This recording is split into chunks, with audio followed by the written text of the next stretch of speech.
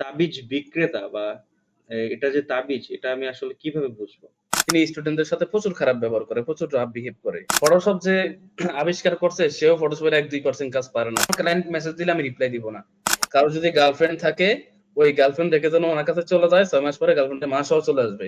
You just have to choose কোন প্যারাটা আপনি নিবেন। অনেকদিন ডিপ্রেস ছিলাম, কোনো ওদের খরচ টোটালি কোনো এক্সট্রা খরচ ছিল না। বৃষ্টির মতো করে কাজ আসা শুরু হয়েছে ফাইবারে। আসসালামু আলাইকুম, welcome to another episode of Skilla podcast. আজকের এপিসোডটি অনেক ইন্টারেস্টিং অ্যান্ড ইনফরমেটিভ।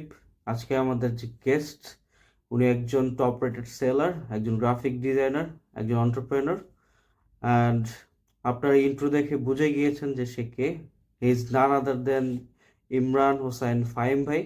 সো চলুন দেখে আসি ইমরান ভাই কি কি ঝড় তুফান ফেস করেছেন, কি কি চ্যালেঞ্জ ফেস করেছেন, কিভাবে রিকভার করেছেন, কি কি প্রবলেম ফেস করেছেন, কিভাবে সলভ করেছেন। And let's get some pro tips from him.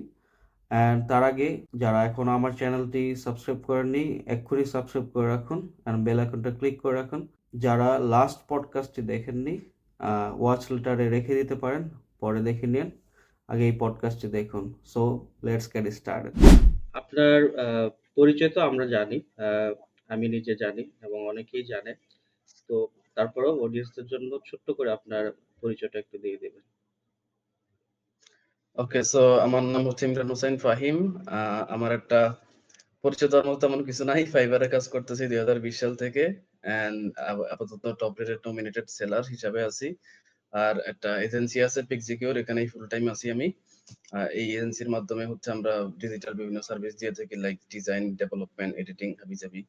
আর একটা ছোটখাটো গ্যাজেট বিজনেস আছে যেটা বাংলাদেশে রান করতেছি। এই গ্যাজেট কোড। আচ্ছা। জি জি। তো পরিচয় কিন্তু ছোটও না। মাশাআল্লাহ অনেক ভালো পরিচয় আছে আপনার। অ্যান্ড আমি অনেকদিন যাবত থেকে হচ্ছে আপনাকে নিয়ে একটু রিসার্চ করতেছি বা একটু দেখতেছি। তো আমি যত দেখি আসলে আপনার বিষয়গুলা, ততই আমার কাছে ভালো লাগা কাজ করে। অবশ্যই আমাদের পডকাস্টের হচ্ছে আজকে মেইন উদ্দেশ্যই আপনি এই পর্যায়ে আসার জন্য যেই চ্যালেঞ্জ গুলো ফেস করেছেন, কিভাবে রিকভার করেছেন, প্রসেসিংটা কি ছিল। আমরা সবাই হচ্ছে সফলতার গল্প শুনি। আর আমাদের সোশ্যাল মিডিয়াতে বেশিরভাগ সফলতার গল্পই চলে। তো আমরা চাচ্ছি হচ্ছে যে সফলতার বাইরে কি আছে, হ্যাঁ? একটা মানুষের একটা ক্যারিয়ার শুরু করতে গেলে অনেক কিছুর দরকার হয়। আ অনেক প্রবলেম ফেস করে। তো এটা যদি আমরা আগে থেকে জানি যে কি প্রবলেম আসতে পারে, কি চ্যালেঞ্জ আসতে পারে, তাহলে কিন্তু আমার স্পিডটা একটু বাড়বে। আ আমি কাজ করতে গেলে দেখা গেছে যে আমার কোথায় হচ্ছে প্রবলেম হতে পারে, সেখানে আমি অ্যাওয়ার্ড থাকবো, সচেতন থাকবো। সো সেই ক্ষেত্রে হচ্ছে আমাদের আজকের পডকাস্ট। আ তো আমরা সফলতার গল্প অবশ্যই শুনবো। কিন্তু ফেইলিউর এর দিকে অথবা আমাদের চ্যালেঞ্জেস গুলা বা প্রবলেমস গুলা কিভাবে আপনি রিকভার করেছেন। অবশ্যই আপনার লাইফেও অনেক প্রবলেমস ছিল, চ্যালেঞ্জেস ছিল। সেগুলা কিভাবে কি করেছেন সেটাই আমরা আজকে জানবো আরকি। তো সেই ক্ষেত্রে আমরা শুরু করব যে আপনি কখন কিভাবে হচ্ছে স্টার্ট করেছেন আরকি। আপনি একজন গ্রাফিক ডিজাইনার। তো গ্রাফিক ডিজাইনের থেকেই শুরু করি আরকি আমরা। জি। সো প্রথমেই ধন্যবাদ, ভালো একটা উদ্যোগ নিছেন। টু বি অনেস্ট আমারও হচ্ছে প্রায় ১ বছর আগ থেকেই আ আমি ১ বছর আগে একবার কনটেন্ট ক্রিয়েশন এর পোকা মাথায় ঢুকছিল। সো কিছুদিন কন্টিনিউ করে আবার ছেড়ে দিছিলাম পরে। তো তখন থেকে হচ্ছে আমি অ্যাকচুয়ালি এরকম একটা উদ্যোগ নিতে চাইছিলাম যে আমি এমন একটা আ পডকাস্ট শুরু করব যেখানে শুধুমাত্র ফেইলিউর এর গল্প হবে। কোন সাকসেস এর গল্প হবে না। বা হইলে অবশ্যই সাকসেস তো it's a part of failure. So ফেইলিউরটা আমরা বেশি হাইলাইট করব এন্ড চ্যালেঞ্জেস গুলাই বেশি হাইলাইট করব যাতে মানুষ আগেভাগেই সতর্ক হয়ে যায়। সো আপনি এটা শুরু করে দিয়েছেন। আ এটার জন্য আপনাকে অনেক বেশি অ্যাপ্রিশিয়েট করতেছি। সো আমি আমার শুরু হওয়ার গল্পটা একটু কনফিউজিং। এর রিজন হচ্ছে আমি ফ্রিল্যান্সিং সম্পর্কে জানতে পারি ২০১৭-১৮ সালে। সো তখন আমি এমন একটা জবে ছিলাম যে জবটা নিয়ে আমি স্যাটিসফাই ছিলাম না। নট অনলি আমি, আমার সাথে আরো কয়েকজনই স্যাটিসফাই ছিল না। সো আমার এক সহকর্মী সে আমাকে বলল যে, "তোর তো ইং আ কম্পিউটার নিয়ে বেশ ভালো আগ্রহ। ততদিন আমি অবশ্য টুকটাক ফটোশপের কাজ-টাজ পারি। সো তোর তো মোটামুটি ফটোশপ বা গ্রাফিক ডিজাইন সম্পর্কে ভালো আগ্রহ আছে। তুই চাইলে ফ্রিল্যান্সিং করতে পারোস।" সো আমি ভাবলাম যে ফ্রিল্যান্সিং এটা আবার কি। আমি ফার্স্ট সরি, তখন ফ্রিল্যান্সিং শব্দটা খুবই আনপপুলার ছিল। তখন পপুলার ছিল আউটসোর্সিং। আউটসোর্সিং, সো হ্যাঁ। বলল যে সেম হ্যাঁ, আউটসোর্সিং আমারও করতে বলছে। হয়েছে আরকি। আচ্ছা। So, আমি ওকে, ও বলল, আমি জাস্ট ও জাস্ট সিম্পলি বলল যে আমি খুব একটা জানি না, শুধু এতটুকু জানি যে বাসায় বসে বিদেশিদের কাজ করে। হুম। ওকে, এরপরে হচ্ছে কাজ শেষে আমি ইউটিউবে গিয়ে টুকটাক রিসার্চ করলাম। এন্ড রিসার্চ করে তো আমি শিওর যে এটা আমার দিয়ে হবে না। আমি এটা পারবো না। এটা হচ্ছে করতে হইলে অনেক হাই স্কিল লাগবে, ইংলিশ পড়তে হবে। আমার ইংলিশ টোটালি ভালো ছিল না তখন। সো আমি পারবো না, এটা জাস্ট গিভ আপ। তো যেহেতু ওই যে ফেসবুক, ইউটিউবে একবার সার্চ দিছি, ইউটিউব অ্যালগরিদম মাঝে মধ্যেই হচ্ছে আমাকে ফ্রিল্যান্সিং বা আউটসোর্সিং রিলেটেড ভিডিও সামনে নিয়ে আসতো। স্পেশালি নাসিম, ফ্রিল্যান্সার নাসিমের ভিডিওগুলো বেশি নাসিম। সামনে আসতো। সো আমার ফ্রিল্যান্সিং শুরু করার পিছনে বলতে পারেন যেটা সবথেকে বেশি মোটিভেশন কাজ করছে, ফ্রিল্যান্সার নাসিমের মোটিভেশন, বাহ! To be honest. তো সেই মোটিভেশন করছে। ফ্রিল্যান্সার নাসিম ফ্রিল্যান্সার নাসিম প্রচুর মোটিভেশন দিত। এখন আইসা দেখতেছি যে উনি একটু ডিফারেন্ট, যাই হোক। সো তখন এত কিছু বুঝতাম না, সো উনি যে যা বলতো শুনতাম। তো এই টুকটাক ভিডিও মাঝে মাঝে দেখতে অ্যাকচুয়ালি একটা হোপ কাজ করছিল ভিতরে যে হ্যাঁ, I can do it. But still আমার তেমন গ্যাজেটও ছিল না, ল্যাপটপও ছিল না, কিছু ছিল না। সো তেমন কিছু সিরিয়াসলি ভাবতাম না আরকি। এরপরে টাইম গেল, অনেক দিন গেল। করোনা ভাইরাস আসলো। করোনা ভাইরাস আমার লাইফের একটা আশীর্বাদ বলতে পারেন। সো করোনা ভাইরাস আসলো, পুরা দুনিয়া অচল হয়ে গেল, সবকিছু বন্ধ, সব মানে অল টাইম বাসায় বসে আছি। সো আমি অ্যাকচুয়ালি এখন অলস হয়ে গেছি, বাট তখন আমার ভিতরে অলওয়েজ খুব প্রোডাক্টিভিটি কাজ করতো। আমি অ্যাকচুয়ালি সময়ের অপচয় করতে পছন্দ করতাম না। আমার ফ্রেন্ডরা জানে। আমার ফ্রেন্ডরা হচ্ছে গিয়ে ওই যে খেলার মাঠে বসে খেলা দেখতো। আমি খুবই অপছন্দ করতাম এই জিনিসটা। আমার কথা হচ্ছে ১ ঘন্টা খেলা না দেখে ১ ঘন্টা বসে টিউটোরিয়াল দেখলেও তো কাজে লাগে। আমার আমার গেমের ক্ষেত্রে ধারণা ছিল এরকম হয়। এরকম। হ্যাঁ, আচ্ছা। তারপর? সো আমার গেমেরও কোনো ইয়া ছিল না। কোনো বাজে অভ্যাস ছিল না। আমি যাই করতাম ওই টিউটোরিয়াল, কোনো কোর্স হাবিজাবি এসবই করতাম। মানে যেটা আমার সাথে রিলেটেডও না, কিন্তু তবুও শিখতাম। এরকম অনেক কিছু আছে। তো করোনা ভাইরাস যখন চলে আসলো, তখন হচ্ছে ইংলিশটা শেখার প্রতি পুরোপুরি ফোকাস হয়ে গেলাম। ফেসবুকে একটা গ্রুপ খুললাম, কয়েকজন মিলে এড হইলাম। অ্যান্ড রেগুলার আমরা প্রায় ৫ থেকে ৬ ঘন্টা আমি ইংলিশ প্র্যাকটিস করতাম। সো এভাবে প্রায় কয়েক মাস যাওয়ার পরে মোটামুটি ইংলিশের প্রতি একটা ভালো দক্ষতা চলে আসলো। এরপরে হচ্ছে আ এরপরে হচ্ছে আমি ফ্রিল্যান্সিং রিলেটেড ভিডিও আরো বেশি করে দেখা শুরু করলাম। কিন্তু আমার কাছে যেহেতু কম্পিউটার নাই, আর আমি যেহেতু আগে থেকে টুকটাক ফটোশপের কাজ-টাজ পারতাম, এখান থেকে একটু ছোট্ট একটা ইন্টারেস্টিং গল্প আছে, শেয়ার করি। জি। আ আমার এক ক্লাসের আইসিটি টিচার ছিল। তো উনি হচ্ছে উনাকে একদিন কি জানি একটা বিষয়ে জাস্ট randomly কথায় বলতেছিলাম, "স্যার, আমি তো ফটোশপের অনেক কাজ পারি।" তো উনি বলছে, "কি কাজ পারো? কতটুকু কাজ পারো?" তো আমি ভেবে দেখলাম যে ওকে, ফটোশপের কাজ তো মূলত ব্যাকগ্রাউন্ড ফটো রিমুভ এডিট করা, করা, এডিট করা। ব্যাকগ্রাউন্ড রিমুভ করা, ফটো এডিট করা। তো এগুলো তো আমি পারি। তো উনারে বললাম যে ওকে, একটু কমায় বলি, বেশি বলা যাবে না। উনারে বললাম, "স্যার, আমি তো মোটামুটি 80 থেকে 90% কাজই পারি।" তো আচ্ছা। উনি কয়েক সেকেন্ড চুপ করে থেকে দেন আমাকে বলল যে, "বাহ! খুব ভালো ব্যাপার।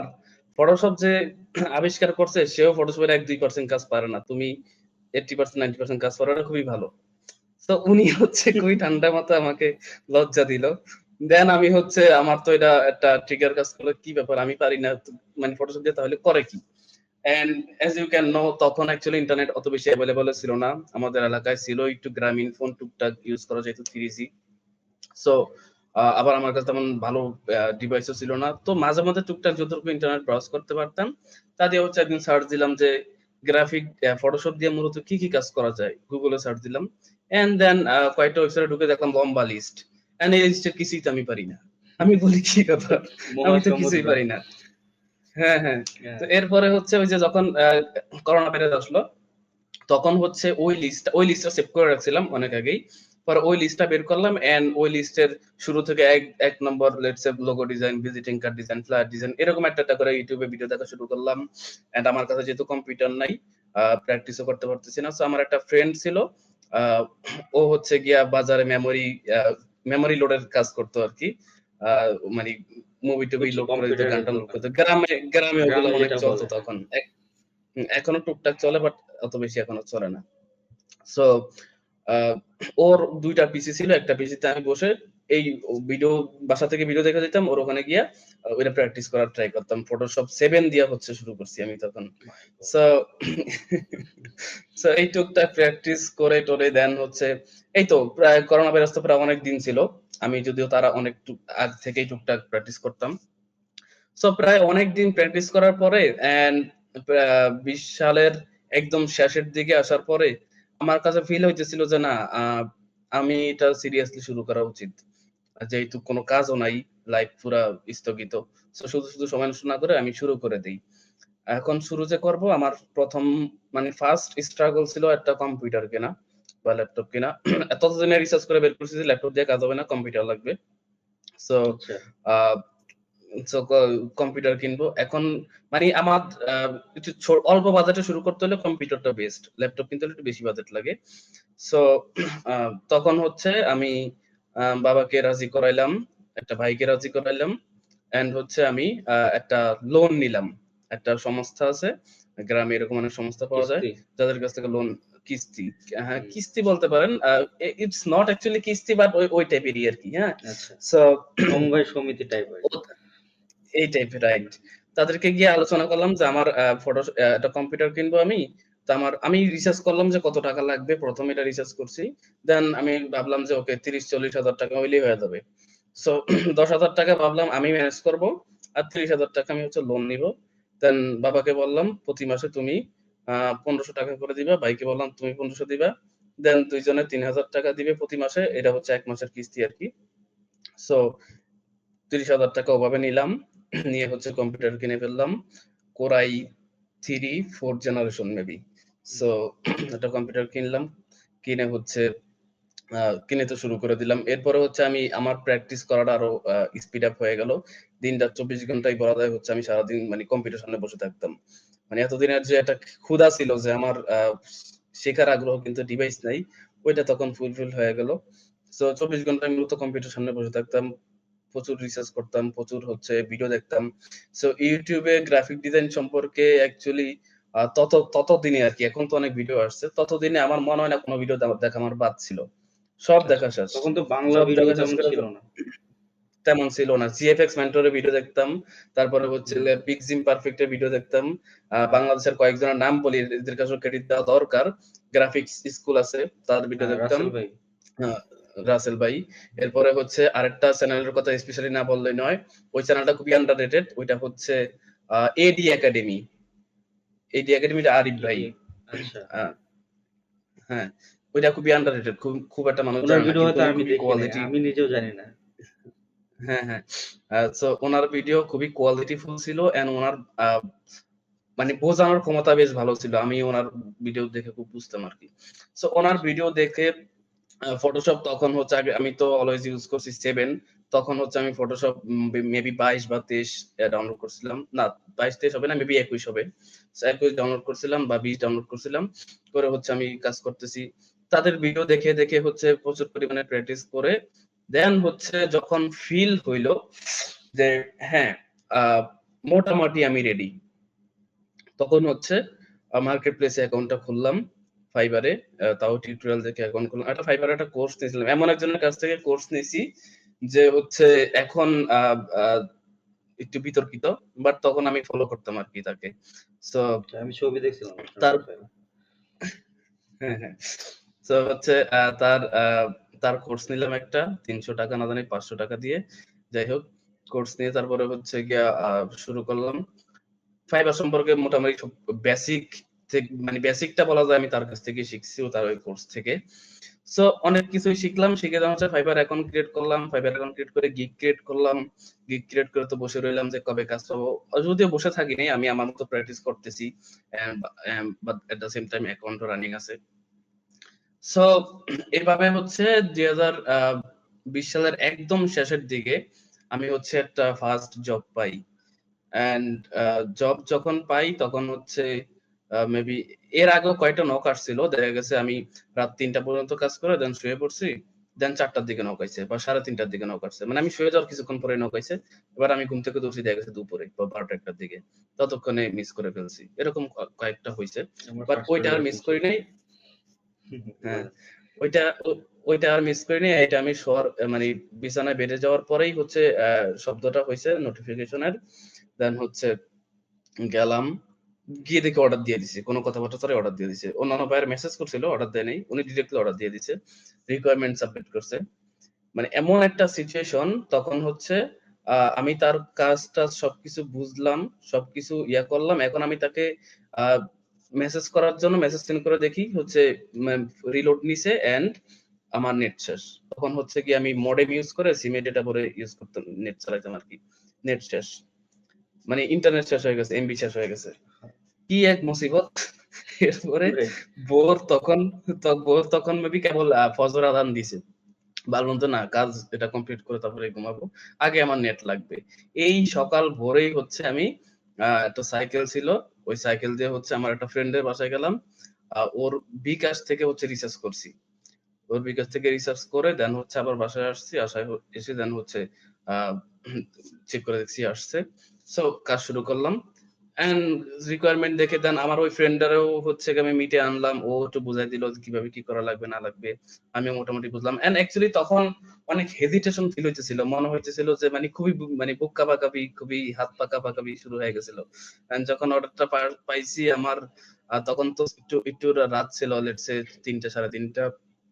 সো তখন হচ্ছে মানে আমি চিৎকার করতে পারি নাই, বাট আই থিংক অন্যান্য সময় হলে হয়তো আমি চিৎকার করতাম। মানে এক্সাইটমেন্টে এমন একটা অবস্থা হয়েছে, পুরো শীতের ভিতরে আমি হচ্ছে জামা কাপড় সব খুলে ফেলছি, এতটা গরম লাগতেছিল। তখন শীত ছিল প্রচুর। সো এই হলো অবস্থা আর কি। পরে ওই কাজ ওইটা কমপ্লিট করলাম, 5 স্টার রেটিং দিল, আমি তো মহা খুশি।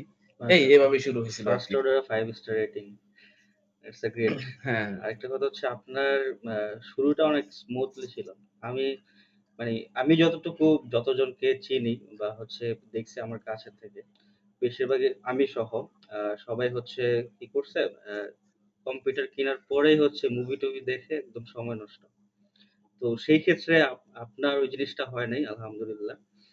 তো আরেকটা কথা হচ্ছে যে ফার্স্ট অর্ডারটা আমি মিস করে ফেলছিলাম। মানে আমার ফার্স্ট অর্ডার ক্যানসেল করে দিয়েছিলাম। ফাইবারে যেটা ছিল আরকি। আর এমনিতে আমি নরমালি হচ্ছে লোকালি শুরু করেছিলাম। তো সেক্ষেত্রে আপনার শুরুটা অনেক ভালোভাবে হয়েছে আমার মনে হয় আরকি। আচ্ছা একটু ইন্টারাপ্ট করি। জি। সো হ্যাঁ, আমার শুরুটা ভালোভাবে, টু বি অনেস্ট এটা আমি অলওয়েজ বলি, অলওয়েজ আগেও বলতাম এখনো বলি। আ আমি যখন চিন্তা করি যে আমি কেন সাকসেস হইলাম? মানে সাকসেসের কোনো ডেফিনিশন নাই এক্সাক্ট।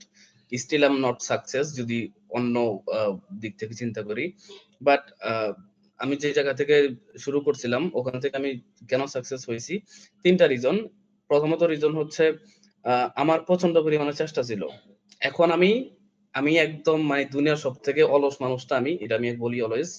বাট তখন আমার এত পরিমাণ এনার্জি ছিল, এত পরিমাণ ডেডিকেশন ছিল বলার বাহিরে। হ্যাঁ? মানে তখনকার কথা আমি মনে করলে আমার নিজেরই বিশ্বাস হয় না ওইটা আমি ছিলাম। করোনা ভাইরাসের ভিতরে আমার অন্যান্য ফ্রেন্ডরা হচ্ছে চিন্তা করতো কিভাবে টাইম যাবে, কিভাবে কিভাবে টাইম কাটাবে, খেলাধুলা করতো, প্ল্যান করতো কিভাবে টাইম কাটানো যায়। আর আমি আমার রুটিনের ভিতরে আমি টাইম মিলাতে পারতাম না যে কখন কি করব। হ্যাঁ, আমি হচ্ছে একটা প্ল্যাটফর্ম আছে বাংলাদেশের, ওইটা হচ্ছে সরকারি একটা প্ল্যাটফর্ম, মুক্ত বাংলা নামে maybe, not sure exactly, maybe মুক্ত বাংলা। মুক্তপাঠ, রাইট মুক্তপাঠ। মুক্তপাঠে কিছু ফ্রি কোর্স ছিল। সবগুলা ফ্রি কোর্স আমি দেখে শেষ করে ফেলছি করোনার ভিতরে বসে। সো শুধুমাত্র দেখছি তাই না, আমি খাতায় নোটও করছি। আমার এত বড় হচ্ছে গিয়ে ওই যে ডাক্তারি যে পেড থাকে না, প্যাড, ওই প্যাডের ভিতরে নোট করে হচ্ছে আমার এতগুলা হয়েছিল। সো এই হচ্ছে ব্যাপারটা কি। তো আমার প্রচন্ড পরিমাণে চেষ্টা ছিল ফার্স্টেই, এন্ড হচ্ছে বাবা মায়ের দোয়া ছিল, সাপোর্ট ছিল, এন্ড হচ্ছে আল্লাহর রহমত ছিল। এই তিনটা একসাথে হয়েই মূলত আমার শুরুটা হয়েছে। আর ওই যে বললাম 20 এর শেষে দিয়ে হচ্ছে আমি প্রজেক্ট পাইছিলাম। সো ওই প্রজেক্টের পরও আমি আরো 2-3টা প্রজেক্ট পাইছিলাম, সবগুলাই মাশাআল্লাহ আমি কমপ্লিট করছি 5 স্টার রেটিং সহ। বাট 21 সালে হচ্ছে আমি মানে এই পার্টটুকু এই কোশ্চেন আন্ডারে পড়ে কিনা জানি না, বাট আমি তবু বলে দেই। সো 21 সালে আমি যে বললাম যে যেই টিচার বা যেই মেন্টর যে এখন বিতর্কিত, বাট তখন আমার কাছে ভালো ছিল। সো উনি হচ্ছে একটা অফার দেয় 20 সালের শেষে দিয়ে, মেবি ডিসেম্বর মাসে।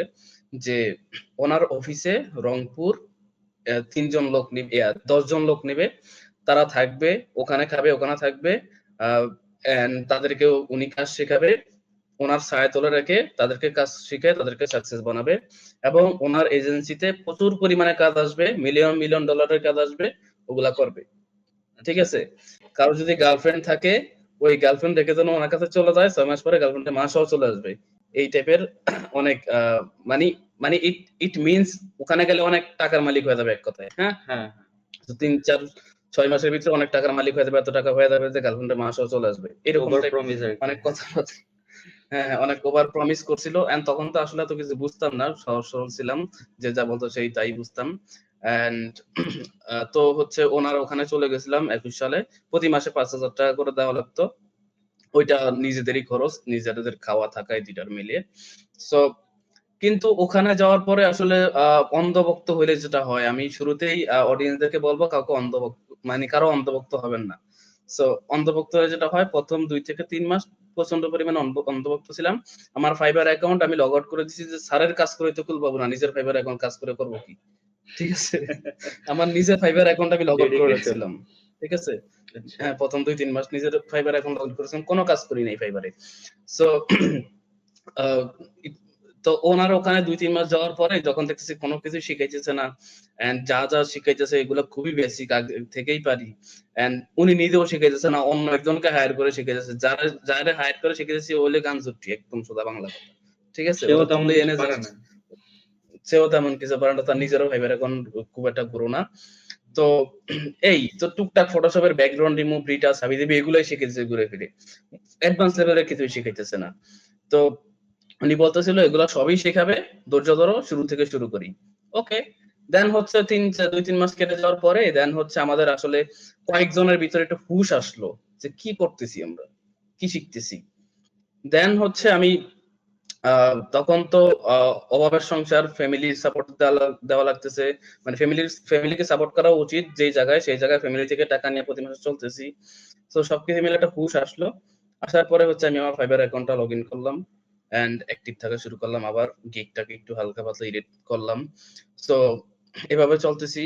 দেন উনি বলল যে 3 মাস পরে এই কোর্সটা মানে ফটোশপের কোর্সটা 3 মাস পরে শেষ হবে, 3 মাস পরে হচ্ছে আরো অ্যাডভান্স লেভেলের কাজগুলো শেখাবে। তো তো উনি যখন বলল যে ফটোশপের কোর্স শেষ, তখন হচ্ছে আমি বললাম অনেক কিছু তো এখনো শেখানো হয় নাই। তো স্যার বলল যে কি কি শেখানো হয়নি এটা নোট করে আমাকে দাও। তো আমি নোট করলাম, ক্যামেরার ও ফিল্টারের কাজ শেখানো হয় নাই। তারপরে হচ্ছে গিয়া ফটোশপের আরো অ্যাডভান্স টুল আছে কিছু, লিকুইফাই টুলের কাজ শেখানো হয়নি, এরকম টুকটাক কিছু কাজ মোটামুটি 15-20টার মতো আমি লিস্ট করলাম যে এগুলো শেখানো হয়নি আমাদেরকে। উনি বলতেছে এটা তো 12 বছরের ডিপ্লোমা, এরা তো ডিপ্লোমা করা লাগবে। ঠিক আছে, এগুলো তো এখানে শেখাবো না আমরা।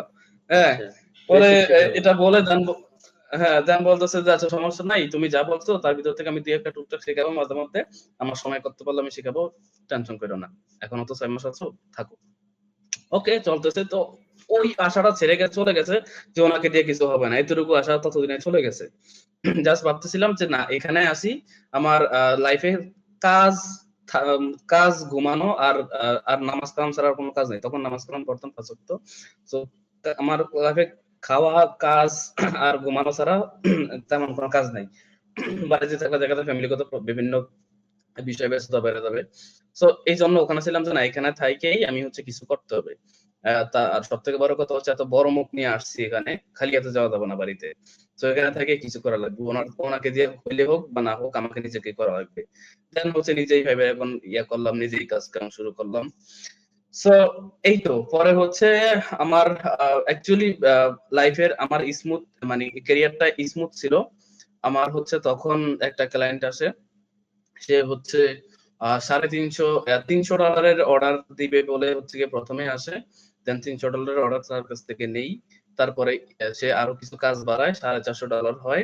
দেন হচ্ছে ওইটা ওইটা হচ্ছে কি মেবি প্রায় 10-15 দিনের মতো একটা বাজেট নিয়ে একটা টাইম ডিউরেশনের কাজ ছিল। ওইটা করার মধ্যেই আরেকটা ক্লায়েন্ট চলে আসে, স্যার 2 দিনের ভিতরে কাজ লাগবে, $250 বাজেট। ঠিক আছে, ওই প্রজেক্টটা করে ফেললাম, ওই প্রজেক্টটা 2 দিনের ভিতরে করে ফেললাম। করে ফেলার পরে প্রজেক্ট গুলো ছিল ব্যাকগ্রাউন্ড রিমুভের কাজ। সো ব্যাকগ্রাউন্ড রিমুভের কাজ তখন অনেক চলতো। হ্যাঁ, সো ক্লিপিং পাথ বলতে হয়, ওনার right? Clipping path, right. হ্যাঁ, হ্যাঁ। সো হচ্ছে ওনার $250 কাজটা তখন 2 দিনে করলাম, তখন ফাইবারে একটা বুস্ট দিয়ে দিল আমাকে।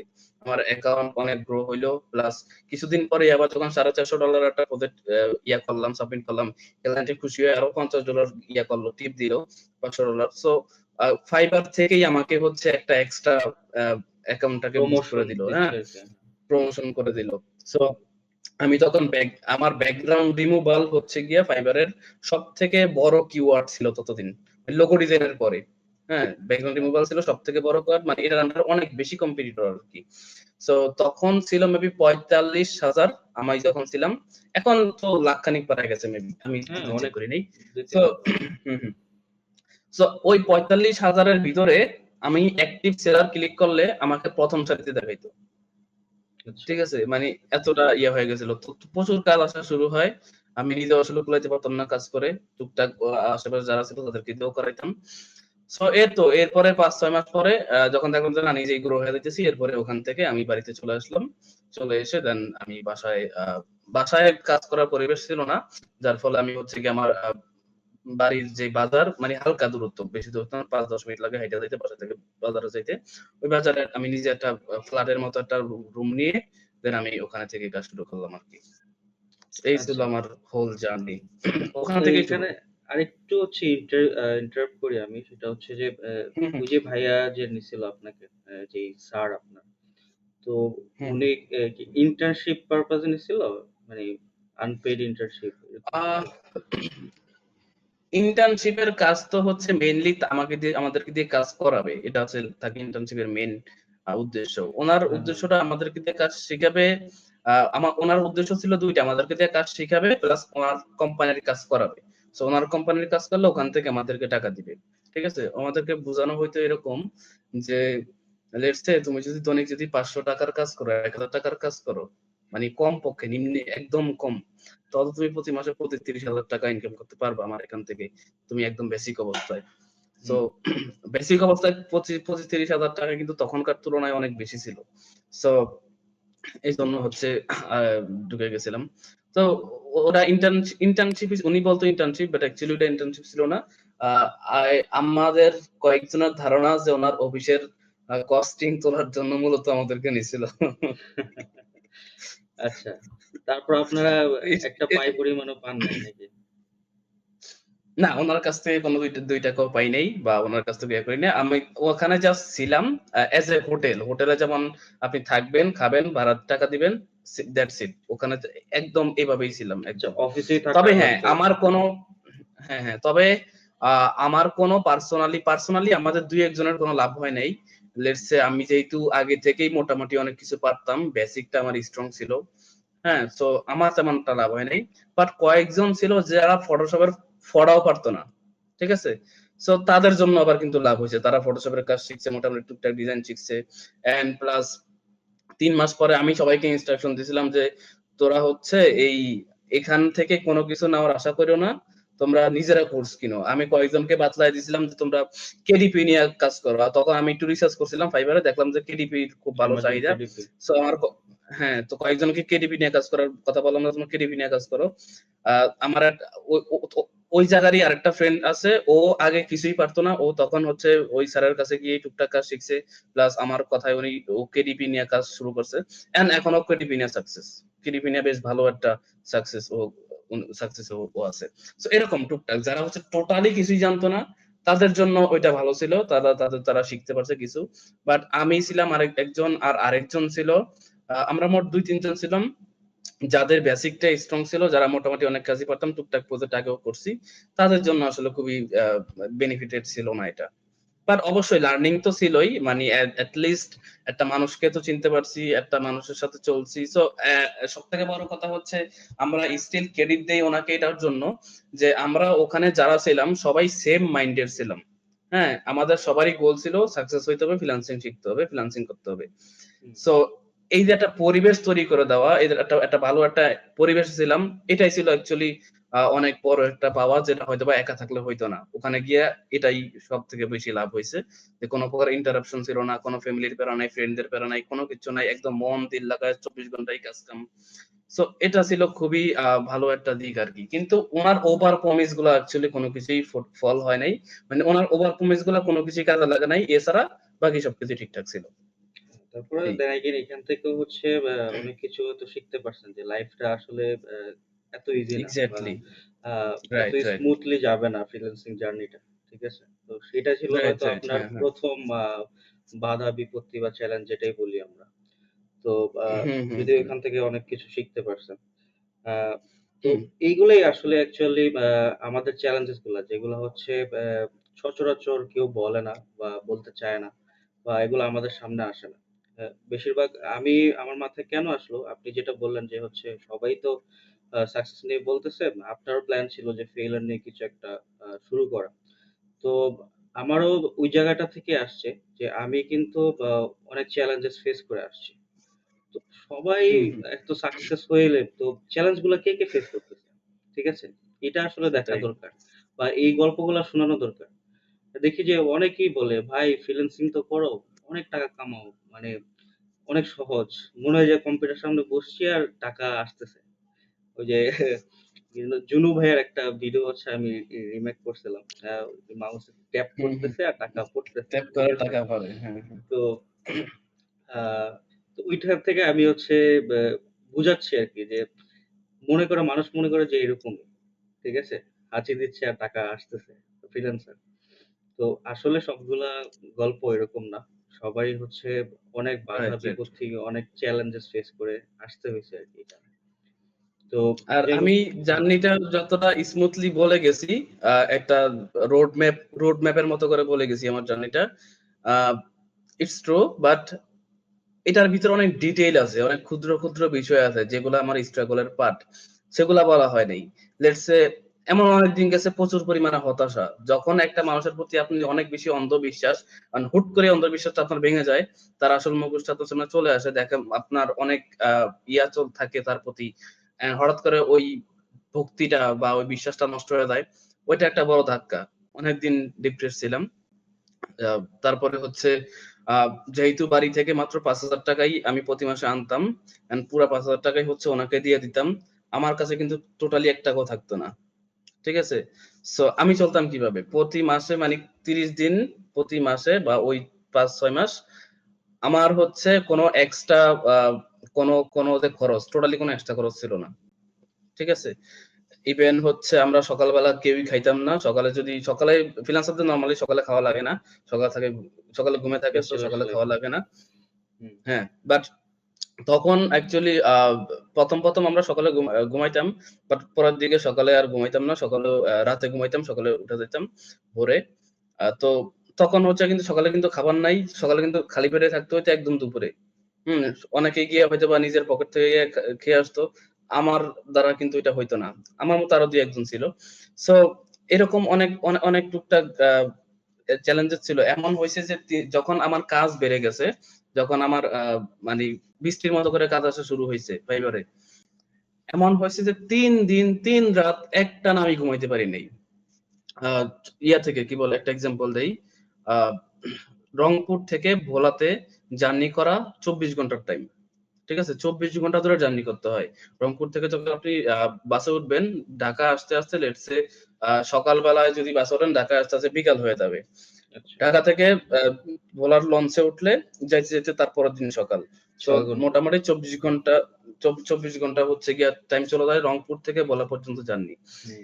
এত বড় জার্নি করে যাওয়ার পরেও হচ্ছে রেস্ট নেওয়ার মতো একদিন টাইম পাইতাম না। ওই গিয়ে বসেই কম্পিউটার ওপেন করে কাজ। হ্যাঁ, এমন হইছে ৩ দিন ৩ রাত আমি কোনো ঘুমাইতে পারিনি। একটানা কাজ করছি। এই কাজ করতেছি হঠাৎ করে মানে কাজও করতেছি, ঝিমাইতেছি। ঘুম চলে এন্ড আসছে। পরে গিয়া হ্যাঁ, পরে গিয়া কিবোর্ডের সাথে বাড়ি তারপর খেয়ে চোখে বসে মুখে পানি আসছেন। দিয়ে তারপর আবার কাজে বসছি। হ্যাঁ। হ্যাঁ। সো এগুলা আসলে ওই এগুলা মানে এই স্ট্রাগল গুলা অ্যাকচুয়ালি মজার। ঠিক আছে? এগুলা হুম। স্ট্রাগল বলতে এই এটা স্ট্রাগল গুলা মজা লাগে মজার। আর এই কি, এই স্ট্রাগল গুলা প্রেশারটা। হ্যাঁ, এই প্রেশারটা মজা লাগে এক্স্যাক্টলি। আমি যখন চাকরি করতাম তখন ৮ ঘন্টা চাকরি করতে আমার মনে হইতো ৮ বছর যাইতেছে। অলওয়েজ ঘড়ির দিকে তাকায় থাকতাম কখন ৫টা বাজবে। আর ওই যে আমি ৩ দিন ৩ রাত না ঘুমায় কাজ করতেছি, আমার কাছে একদমই ফিল হইতো না। মানে মানে ক্লান্ত লাগতো না। টায়ার্ডনেস। মনে হইতো যে না আরো করতে পারবো। ঠিক আছে? তো এই কষ্টগুলো আসলে মজার কষ্ট, কিন্তু কষ্ট কিন্তু ছিল। এমন অনেক কষ্ট আছে যেগুলা হচ্ছে বলা হ এখানে বলা পসিবলও না, বা বলা হইতেছেও না, বা মনেও নাই। এমন অনেক কিছু আছে, বাট কষ্ট কিন্তু ছিল। হয়তোবা অন্য ১০ জনের তুলনায় আমার ক্যারিয়ারটা মোটামুটি স্মুথ ছিল। ৩ টা রিজনে বললাম আগেই। বাট এমনিতে অনেক স্ট্রাগলই ছিল। হুম। এই। তো আপনার ফার্স্ট ইনকাম যেন কতদিন পরে আপনি পাইছেন? করতে পারছেন? ফার্স্ট ইনকাম আহ মানে শিখার শুরু থেকে বা শিখার শেষ থেকে? অ্যাকাউন্ট আচ্ছা, তো শেখার শুরু থেকে আসলে বলে লাভ নাই। কারণ শেখার শুরুটা আমার অনেক আগ থেকেই। রিজন হচ্ছে ওই যে বললাম ১৮ হুম, সাল থেকে ১৭-১৮ সালে যখন আমি জানলাম তখন থেকেই প্রতিদিন টুকটাক টিউটোরিয়াল দেখতাম। সো শেখাটা তো ওখান থেকে শুরু হয়ে গেছিল। এরপরে করোনা ভাইরাস আসার পরে খুবই উঠে পড়ে শেখা শুরু করলাম আরকি। বাট অ্যাকাউন্ট খোলার পরে ফাইবারে ২০ সালে আইসা যখন কম্পিউটার কিনলাম এবং অ্যাকাউন্ট খুললাম। এরপরে আই থিংক সেপ্টেম্বরে মেবি অ্যাকাউন্ট খুলছিলাম। এরপরে আ তার মেবি ১-১.৫ মাস বা ২ মাসের ভিতরে ফার্স্ট অর্ডার পাইছিলাম। আচ্ছা। তার মানে অনেক বেশি দিন যায় নাই। আবার কম দিন এখানে যায় নাই। এ এখানে একটা হ্যাঁ, এখানে একটা মজার কাহিনী আছে। জি। তখন আমার র‍্যাংকে ছিল সোশ্যাল মিডিয়া পোস্ট ডিজাইনের গিগটা। হ্যাঁ? আচ্ছা, তো ওই গিগ থেকেই হচ্ছে আমি ফার্স্ট অর্ডারটা পাইছি। এরপরে হচ্ছে গিয়া ২১ সালে ওই অফিসে যাওয়ার পরে যখন ফটোশপের গিগ দিলাম, আ ব্যাকগ্রাউন্ড রিমুভ যখন গিগ দিলাম এবং ওই গিগে যখন অর্ডার আসলো, তখন ওই গিগটা র‍্যাংকে চলে যায়। যে বললাম ৪৫,০০০ কম্পিটিটরের ভিতরে আমারটা ছিল ১ম সারিতে। এবং আমার গিগের থাম্বনেইল কি পরিমাণ যে পাবলিক কপি করছে মানে বলে বুঝাইতে পারবো না। সবাই কপি করতো আমার গিগের থাম্বনেইল। শেষ পর্যন্ত বাধ্য হয়ে আমি নিজেই চেঞ্জ করে ফেলছি। আমি নিজেই মানে নিজেকে ইউনিক রাখার জন্য আমি নিজে চেঞ্জ করে ফেলছি। যে একই থাম্বনেইল যদি সবাই ইউজ করে তাহলে ক্লায়েন্ট তো যাবে কনফিউজ হয়ে। হ্যাঁ, সো কনফিউজ হয়ে যাবে। যাই হোক, তো তখন র‍্যাংকে উঠে গেছিল আমার ব্যাকগ্রাউন্ড রিমুভ এর গিগটা। এরপরে আস্তে, আস্তে ব্যাকগ্রাউন্ড রিমুভ এর গিগ ডাউন করে অ্যান্ড ওই যে ১ম যেই অর্ডারটা পাইছিলাম সোশ্যাল মিডিয়া ডিজাইনের, ওই গিগটা র‍্যাংকে ওঠে এবং এখনো পর্যন্ত ওই গিগটাই র‍্যাংকে। হ্যাঁ, এখন আমি যেটা দেখতেছি ইদানিং আপনি সোশ্যাল মিডিয়ায় নিয়ে অনেক বেশি হয়তো কাজ করতেছেন। আর আপনার ইদানিং না, লাস্ট ইন্টার্ন প্রায় ১-২ নিচ্ছেন। বছর ধরেই। হ্যাঁ, হ্যাঁ, সেটাই।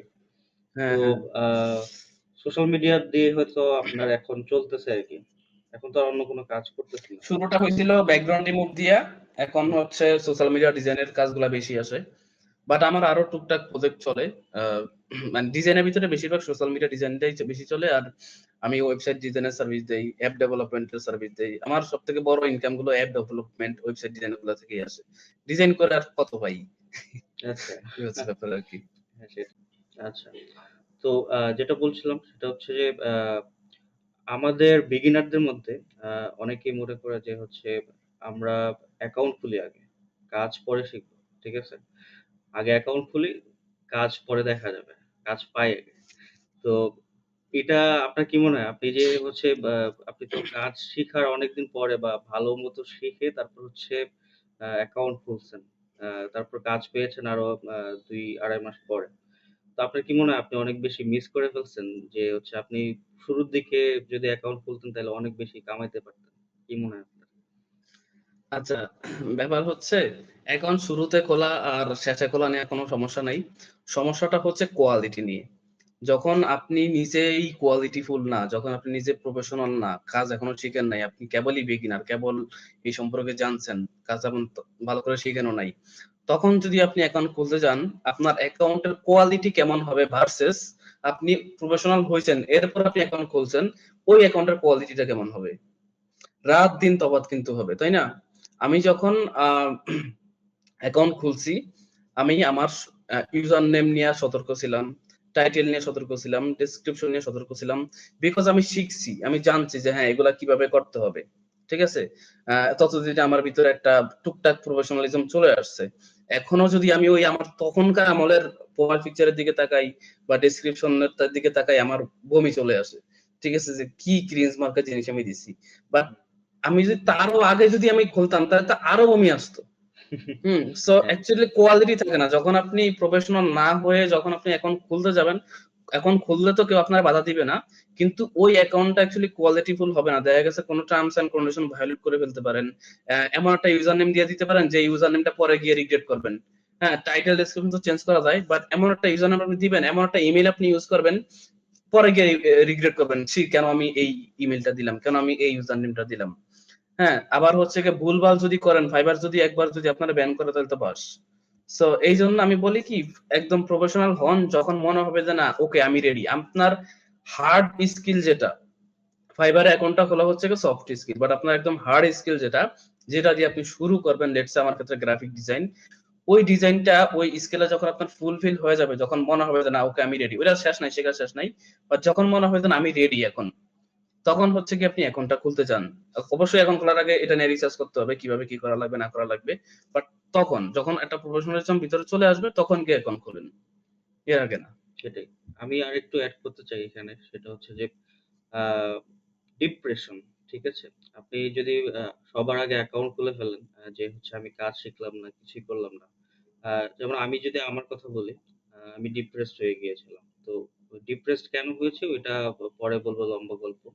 তো সেটা একটা কারণ হচ্ছে যে আমি যখন কোর্সে ভর্তি হই, একটা ইনস্টিটিউটে ভর্তি হয়েছিলাম। তো সেখানে ১ম সপ্তাহে আমাদেরকে অ্যাকাউন্ট খোলা শুরু করে দিয়েছে। ঠিক আছে? যে আমরা কাজ যেহেতু শুরু করে ফেলছি, আপনারা অ্যাকাউন্ট খুলে ফেলেন। ঠিক আছে? অ্যাকাউন্ট না করলে কিন্তু আমি শিখাবো না বা ক্লাসে থাকতে দিব না। এরকম কিছু কথা। তো অ্যাকাউন্ট খোলাইলো। তারপর ৭ টা গিগ দেন। আ তখন ৭ টা গিগ দিতে পারতাম।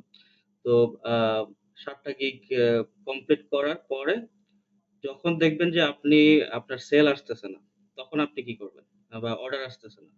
তখন কিন্তু আপনি ডিপ্রেসড হয়ে যাবেন যে আসলে কেন আসতেছে না? কিন্তু আপনি কাজই তো পারেন না বা কাজ কিন্তু দেখাইতে পারতেছেন না। আপনার কোনো পোর্টফোলিও নাই, কিছু নাই। তো এটা কিন্তু আপনি বুঝতেছেন না যে আপনার কিছু নাই। আপনার কাছে মনে হচ্ছে যে ওই যে ভাইয়া বলল যে ভাইয়া স্যারকে বলল যে আমি সব পারি। ঠিক আছে? 80% 90% পারি। কিন্তু এখন যদি ভাইয়াকে জিজ্ঞেস করি যে হচ্ছে ভাইয়া কি পরিমাণ পারেন? উনি বলবে যে পুরা মহাসমুদ্রের ভিতরে ১ ফোঁটা আমি পারি। ঠিক আছে? তো এটাই হচ্ছে রিয়েলিটি আরকি। তো সেই ক্ষেত্রে আপনার ডিপ্রেশনটা ওইভাবে হয়ে যেতে পারে যে আমি অ্যাকাউন্ট খুলছি, ৭ টা গিগ দিলাম, এতদিন হয়ে গেল, বাট আমার তো কোনো আর্নিং আসতেছে না, ইনকাম আসতেছে না। তো আপনি তখন টাকার পেছনে ছুটবেন। ঠিক আছে? তো এই জিনিসটা ফ্রিল্যান্সিং ব্যাপারটাই হচ্ছে এরকম যে আপনি যদি কাজের পিছনে ছুটেন, কাজ করেন, টাকা এমনিতে, এমনিতে আসবে। আর যদি আপনি টাকার পেছনে বেশি ছুটেন, কাজ না করে, তাইলে আসলে কোনটাই হবে না। তাই না ভাই? রাইট, হ্যাঁ। রাইট, তো অবশ্যই। তো এই ডিপ্রেশনটাও হয়ে যেতে পারেন আরকি যদি আপনি আগে থেকে শুরু করেন। সেক্ষেত্রে সিনিয়রদের রিকমেন্ডেশন এবং আমাদের রিকমেন্ডেশন যে আপনারা আগে কাজ শিখেন। আগে হচ্ছে একটু প্রফেশনাল হন। এত এক্সপার্ট হইতে হবে সেটাও বলে নাই। বাট বিগিনার লেভেলে একটা প্রফেশনালিজম থাকে বা আ বেসিক কিছু শিখা লাগে। সো সেই রাইট, রাইট, কাজটা শিখে তারপর হচ্ছে আমরা অ্যাকাউন্ট খুলি বা যেটাই করি। তাহলে হচ্ছে আমাদের ডিপ্রেশন হওয়ার, এট লিস্ট আমি যে ডিপ্রেশনে ভুগছিলাম ওইটা হওয়ার পসিবিলিটি নাই। রাইট। এখানে একটা ট্রিক্স এড করি আমি, জি। যেটা আমি ফলো করছিলাম সেটা হচ্ছে কখন অ্যাকচুয়ালি বুঝবো যে আমি কোয়ালিফাইড অ্যাকাউন্ট খোলার জন্য। আমার ক্ষেত্রে যেটা কাজ করছিল সেটা হচ্ছে আ আমি যেই সার্ভিস গুলো দিতে চাইছিলাম তখন তো বুঝতাম না। এখন তো আমি সোশ্যাল মিডিয়া ডিজাইন ছাড়া তেমন কোন সার্ভিস অফার করি না। অফার করি, বাট তেমন কোন সার্ভিসের প্রতি ফোকাস না। আমার মেইন কোর সার্ভিসটা বা প্রাইমারি ডিজাইন সার্ভিসটা হচ্ছে সোশ্যাল মিডিয়া ডিজাইন। তখন তো সব করতাম। তখন লোগো থেকে শুরু করে ভিজিটিং কার্ড, লোগোর জন্য একটা গিগ ছিল, ভিজিটিং কার্ডের জন্য একটা গিগ ছিল, তারপরে ফ্লায়ারের জন্য একটা গিগ ছিল, সোশ্যাল মিডিয়ার জন্য একটা গিগ ছিল। মানে সকল সার্ভিসের জন্য গিগ ছিল। একটা, একটা এখন করে। আমার ফাইবার অ্যাকাউন্টে যদি ঢোকেন আপনি, দেখবেন ঘুরে ফিরে সবই সোশ্যাল মিডিয়া রিলেটেড ডিজাইন। সব ঘুরে ফিরে সবই সোশ্যাল মিডিয়ার গিগ। অন্য কোন গিগ আমার প্রোফাইলে এখন নাই। হয়তো একটা ওই ইমেজ এডিটিং এর গিগ আছে। এছাড়া আর তেমন কোন গিগ নাই। সবই ঘুরে ফিরে সোশ্যাল মিডিয়ার গিগ। তো আ যখন আমি যখন তখন হচ্ছে আমি যখন অ্যাকাউন্ট খোলার কথা ভাবতেছিলাম, তখন আমি ফাইবার এ গেলাম। গিয়ে হচ্ছে ভিজিটিং কার্ড লিখে সার্চ করলাম। অন্যান্য সেলারদের ভিজিটিং কার্ড ডিজাইন গুলা দেখলাম। তারা ক্লায়েন্টদেরকে কি, কি কাজ সাবমিট করছে, কি, কি কাজ ডেলিভারি দিছে। ডেলিভারির ওখানে তো ইমেজ দেখা যায়। অ্যান্ড তাদের ডিজাইন গুলা দেখে যখন আমার ফিল হইছে যে হ্যাঁ, এই কোয়ালিটির কাজ আমি দিতে পারবো। তখন আমি নিজেকে রেডি মনে করছি এখন মার্কেট প্লেসে যাওয়ার জন্য। হ্যাঁ, আমি সোশ্যাল মিডিয়া ডিজাইন লিখে সার্চ দিছি, ব্যানার ডিজাইন লিখে সার্চ দিছি। যখন দেখছি মানুষের ডিজাইন দেখে যে হ্যাঁ, এরা যে এই কোয়ালিটির সার্ভিস বা এই কোয়ালিটির ডিজাইন এরা সাবমিট করতেছে ক্লায়েন্টের কাছে, সো আমিও এগুলো দিতে পারবো, আমারও এই কোয়ালিটি সিমিলার কোয়ালিটি দেওয়ার মতো অ্যাবিলিটি হয়েছে। এই ফিল্ডটা যখন আসছে তখন হচ্ছে আমি মার্কেট প্লেসে গেছি। Self confidence. আবার আরেকটা বিষয় হচ্ছে ডিজাইনের রাইট, ক্ষেত্রে রাইট। আমি যেটা ফিল করি বা আশেপাশে ঘুরতে গেলে, যেমন ধরেন আমি ঢাকার কোনো একটা রাস্তা দিয়ে যাচ্ছি, ব্যানার গুলা দেখতেছি বা যে ডিজাইন গুলো আমার চোখে পড়তেছে, রাইট, রাইট। এটা তখন আপনি ডিজাইনারদের আপনি ক্ষেত্রে দেখবেন যে সবসময় হয়। আপনি চোখে দেখতেছেন যে এই কাজটা এইভাবে এভাবে করছে, এই টুল ইউজ করছে, এইটা এই হুম, হুম। লেয়ারটা ফার্স্টে করছে, তারপর এই লেয়ারটা করছে, তারপর ওইটা করছে। লেয়ার গুলা মানে দেখা যায়। আপনার রাইট। কিন্তু মাথায় ঘুরবে, ঠিক আছে? মানে থাকে না যে ওই যে ভিজুয়াল করে আরকি মুভি গুলাতে হুম, যেভাবে। হুম, হুম, তো ওইভাবে দেখবেন যে আপনার হুম, হুম। মাথায় ভিজুয়াল হবে যে আমি এইভাবে এটা করতে পারি। ঠিক আছে? তো এটা কিন্তু একটা শিখারই। অনেক সময় দেখবেন যে কোনো একটা ডিজাইন, আরে এটা কিভাবে করলো, এটা তো আমি পারতেছি না। এটা তো আমি বুঝতেছি না রাইট, কিভাবে রাইট। করলো। তো তখন হচ্ছে ওইটা সার্চ করে আপনি শিখতে পারবেন যে হ্যাঁ, এটা এইভাবে করছে। তো এরকম হুম, আমার হইছে। সেজন্য আমি বললাম। তো তখন হচ্ছে আপনি বুঝতে পারবেন যে আপনার লেভেলটা কোন জায়গায়। যখন দেখবেন যে আপনি রাস্তা দিয়ে হাঁটতেছেন, একটা ব্যানার ডিজাইন করছে, আ এটা দেখে মনে হচ্ছে না যে আপনি পারবেন। তখন আপনার বোঝা উচিত যে আসলে আপনার আরো শিখা অনেক বাকি আছে। Right, right. তো আ এরপরে আমরা যাবো হচ্ছে ইংলিশ নিয়ে, হ্যাঁ? ফ্রিল্যান্সিং এর মোস্ট ইম্পোর্টেন্ট যে বিষয়টা, সেটা হচ্ছে ইংলিশ। আ আমরা ফ্রিল্যান্সাররা বেশিরভাগই হচ্ছে বাইরের কাজ করি। খুব কম মানুষ আছে যারা হচ্ছে লোকাল ক্লায়েন্টের কাজ করে। তো আ বাইরের কাজ করতে গেলে ইন্টারন্যাশনাল ল্যাঙ্গুয়েজ জানা দরকার আমাদের। আ মাস্ট অবশ্যই। লাগবেই। আর খুবই ভালোভাবে শিখতে হবে। যদি ভালোভাবে না শিখি, তাহলে হচ্ছে আ ওইভাবে আমরা আগাইতে পারবো না আরকি। বা রিকোয়ারমেন্ট বুঝতে পারবো না। আর রিকোয়ারমেন্ট না বুঝলে আসলে প্রোডাক্ট বা সার্ভিস ডেলিভারি দেওয়াটা হচ্ছে টাফ। তো আ ভাইয়ের কাছ থেকে আমি জানতে চাইবো যে আপনি আসলে ইংলিশটা কিভাবে শুরু করলেন? বা আগে কি আপনার ইংলিশ ব্যাকগ্রাউন্ড ছিল কিনা? আ কিভাবে আসলে কি করলেন ইংলিশ নিয়ে? আচ্ছা, অনেকের ইংলিশটা হয়তো তাদের এডুকেশনাল ব্যাকগ্রাউন্ড থেকেই হয়ে যায়। বাট আমার এডুকেশনাল ব্যাকগ্রাউন্ড যেমন ছিল এবং যেসব টাইপ প্রতিষ্ঠান থেকে আমি পড়াশোনা করছি, ওগুলা থেকে অ্যাকচুয়ালি পড়াশোনা করলে সার্টিফিকেট ছাড়া আর তেমন কোনো লাভ নেই। কোনো কিছু তেমন শেখা হয় না, হ্যাঁ? আর আমি নিজেও অ্যাকচুয়ালি পড়াশোনার প্রতি খুবই উদাসীন ছিলাম। আমার কাছে ফিল হইতো এগুলা শিখে আমার লাভ কি? মানে রবীন্দ্রনাথ কবে মরছে, কবে জন্মগ্রহণ করছে এগুলা জেনে তো আমার কোনো কাজ নাই, তাই না? Which এগুলা is দিয়ে আমি করব true, কি? আমি which is exactly true now. হ্যাঁ, কিন্তু আমার ইন্টারেস্ট ছিল আইসিটি বইয়ের প্রতি। বাট হুম, আইসিটি বইয়ে হচ্ছে গিয়া ওই ঘুরে ফিরে সব বেসিক জিনিসগুলা। তো যাই হোক, কথা ওইটা না, কথা হচ্ছে ইংলিশটা এডুকেশনাল কোনো ব্যাকগ্রাউন্ড থেকে আমার হয় নাই। আমার ইংলিশের পুরা প্রসেসটাই ছিল হচ্ছে আমার নিজের চেষ্টা। আ এবং একটা স্যারকেও ক্রেডিট দেওয়া যায় এখানে। ওই স্যার আমাকে আ বুদ্ধি একটা মানে একটা পরামর্শ দিছিল। ওই পরামর্শটা আমি ফলো করছিলাম। উনি বলছে যে, আ "তোমার কোনো কিছু বোঝা লাগবে না।"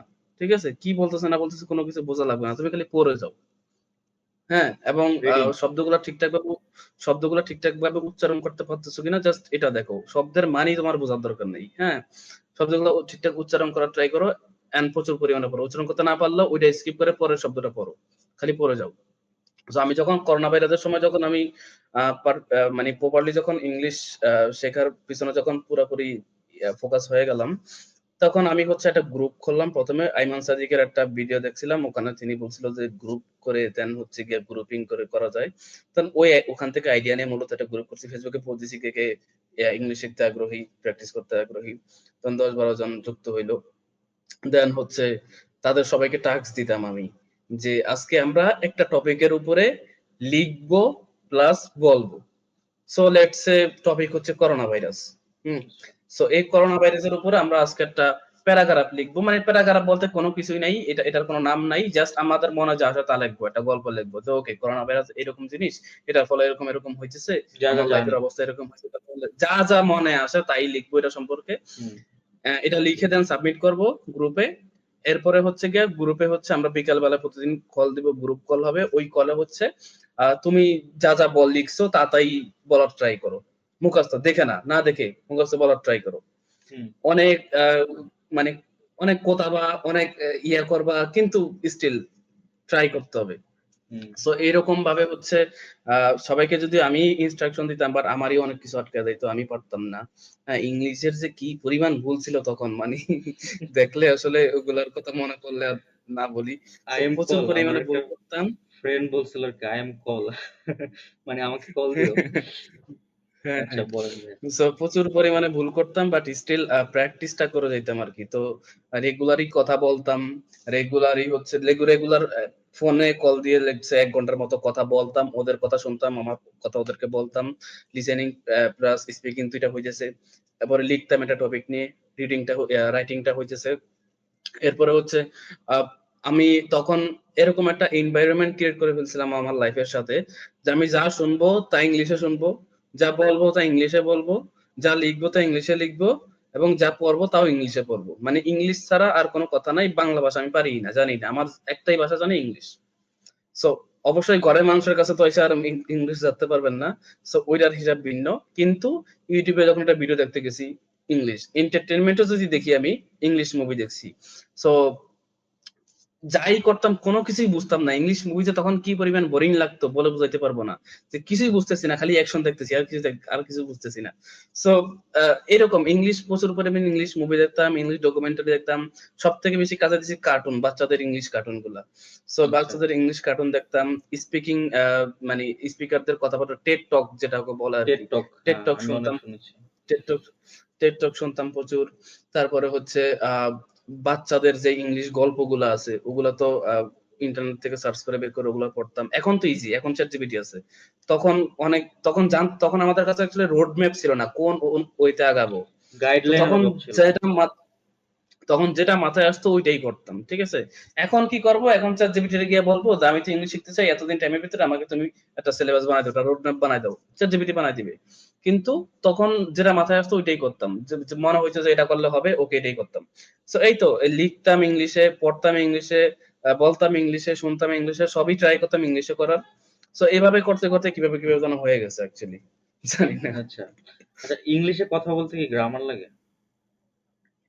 না, আমার স্টিল গ্রামার ভালো না। আমি স্টিল গ্রামারের গটাও জানি না। স্টিল আমাকে নাউন বলেন কি জিনিস জানি না। প্রোনাউন কি জিনিস জানি না। ভার্ব কি জিনিস জানি না। আমি কিচ্ছু জানি না। ইংলিশের গ্রামার সম্পর্কে আমার স্টিল কোনো আইডিয়া নাই। হুম।